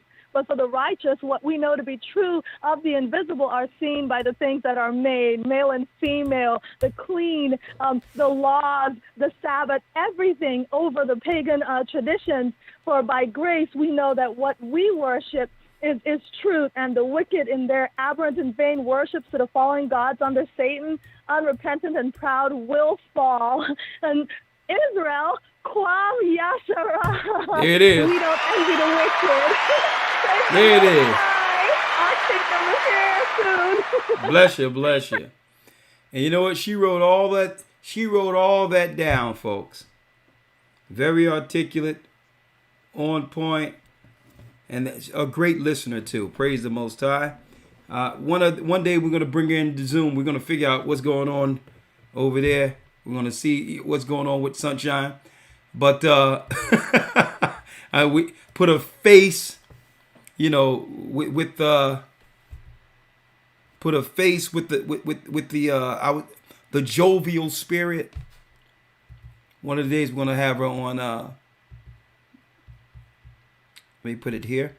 One day we're going to have her on Zoom so we can see exactly her, have her husband come on and just introduce you all to Sunshine. But without further ado, that's the end of our night. Thank you, Elder Lawyer, for assisting us. Thank you, Elder Dell, Elder Iraq, all you are working in the background, because we know the trolls may be coming out. And thank you, Elder Ramar, for assisting on the blog talk. With that, we're going to say shalom. May the Most High stay with you, and we'll leave you with the song. Thank you for using Blog Talk Radio. Goodbye. Thank you, Other Lawyer. We're going to leave you with the song from Music with a Purpose 1. And next week we will be releasing Bye Bye. It will premiere on this channel, the video. With that, even though the earth have gone to Hades, we need to what? Experience one amongst another, continual care, as well as continual care, love, and respect for our fellow neighbor. Okay? Let's not be pulled into hell with those who have turned their backs on the Most High. And let's continue in this truth. I thank the Most High for it. This is His word, His Son. We need to continue in brotherly love. May the Most High be with you. Stay prayed up. We will soon see Zion. Shalom. Brotherly love.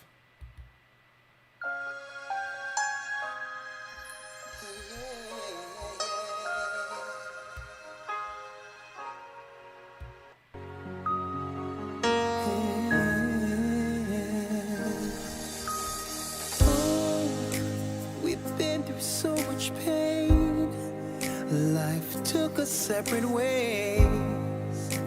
Both did some hurtful things, but it's not over.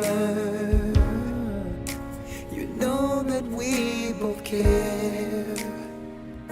So can we forgive and forget?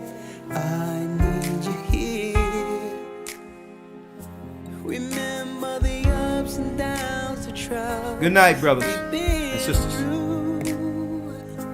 See, there is no one on this earth who can replace you, my brother. Life is too short, don't hold no grudges. No grudges. You are my blood. We must forgive and love each other. No matter what life throws at us, we must keep brotherly love. Searched high and low, where did you go? Pick up your phone. Oh brother, do you hear me calling? See, I apologize. Hey. This bond will never die. Remember the ups and downs and trials we've been through. So I'll keep on darling. I'll go till I get through to you, brother. Life is too short, don't hold no grudges. No grudges, my love. We must forgive and love each other. No matter what life throws at us, we must, hey, we must keep brothers, not enemies. Let's come together for the family. Let's walk as one, forgive and let it go. We need to let it go. This distance been killing me for so long. Time that we find a way to move on.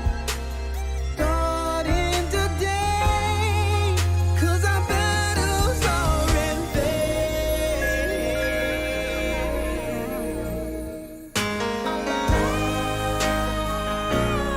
Life is too short, don't hold no grudges.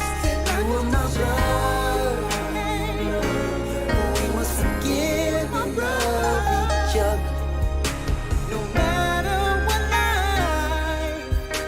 No matter what life throws at us, we still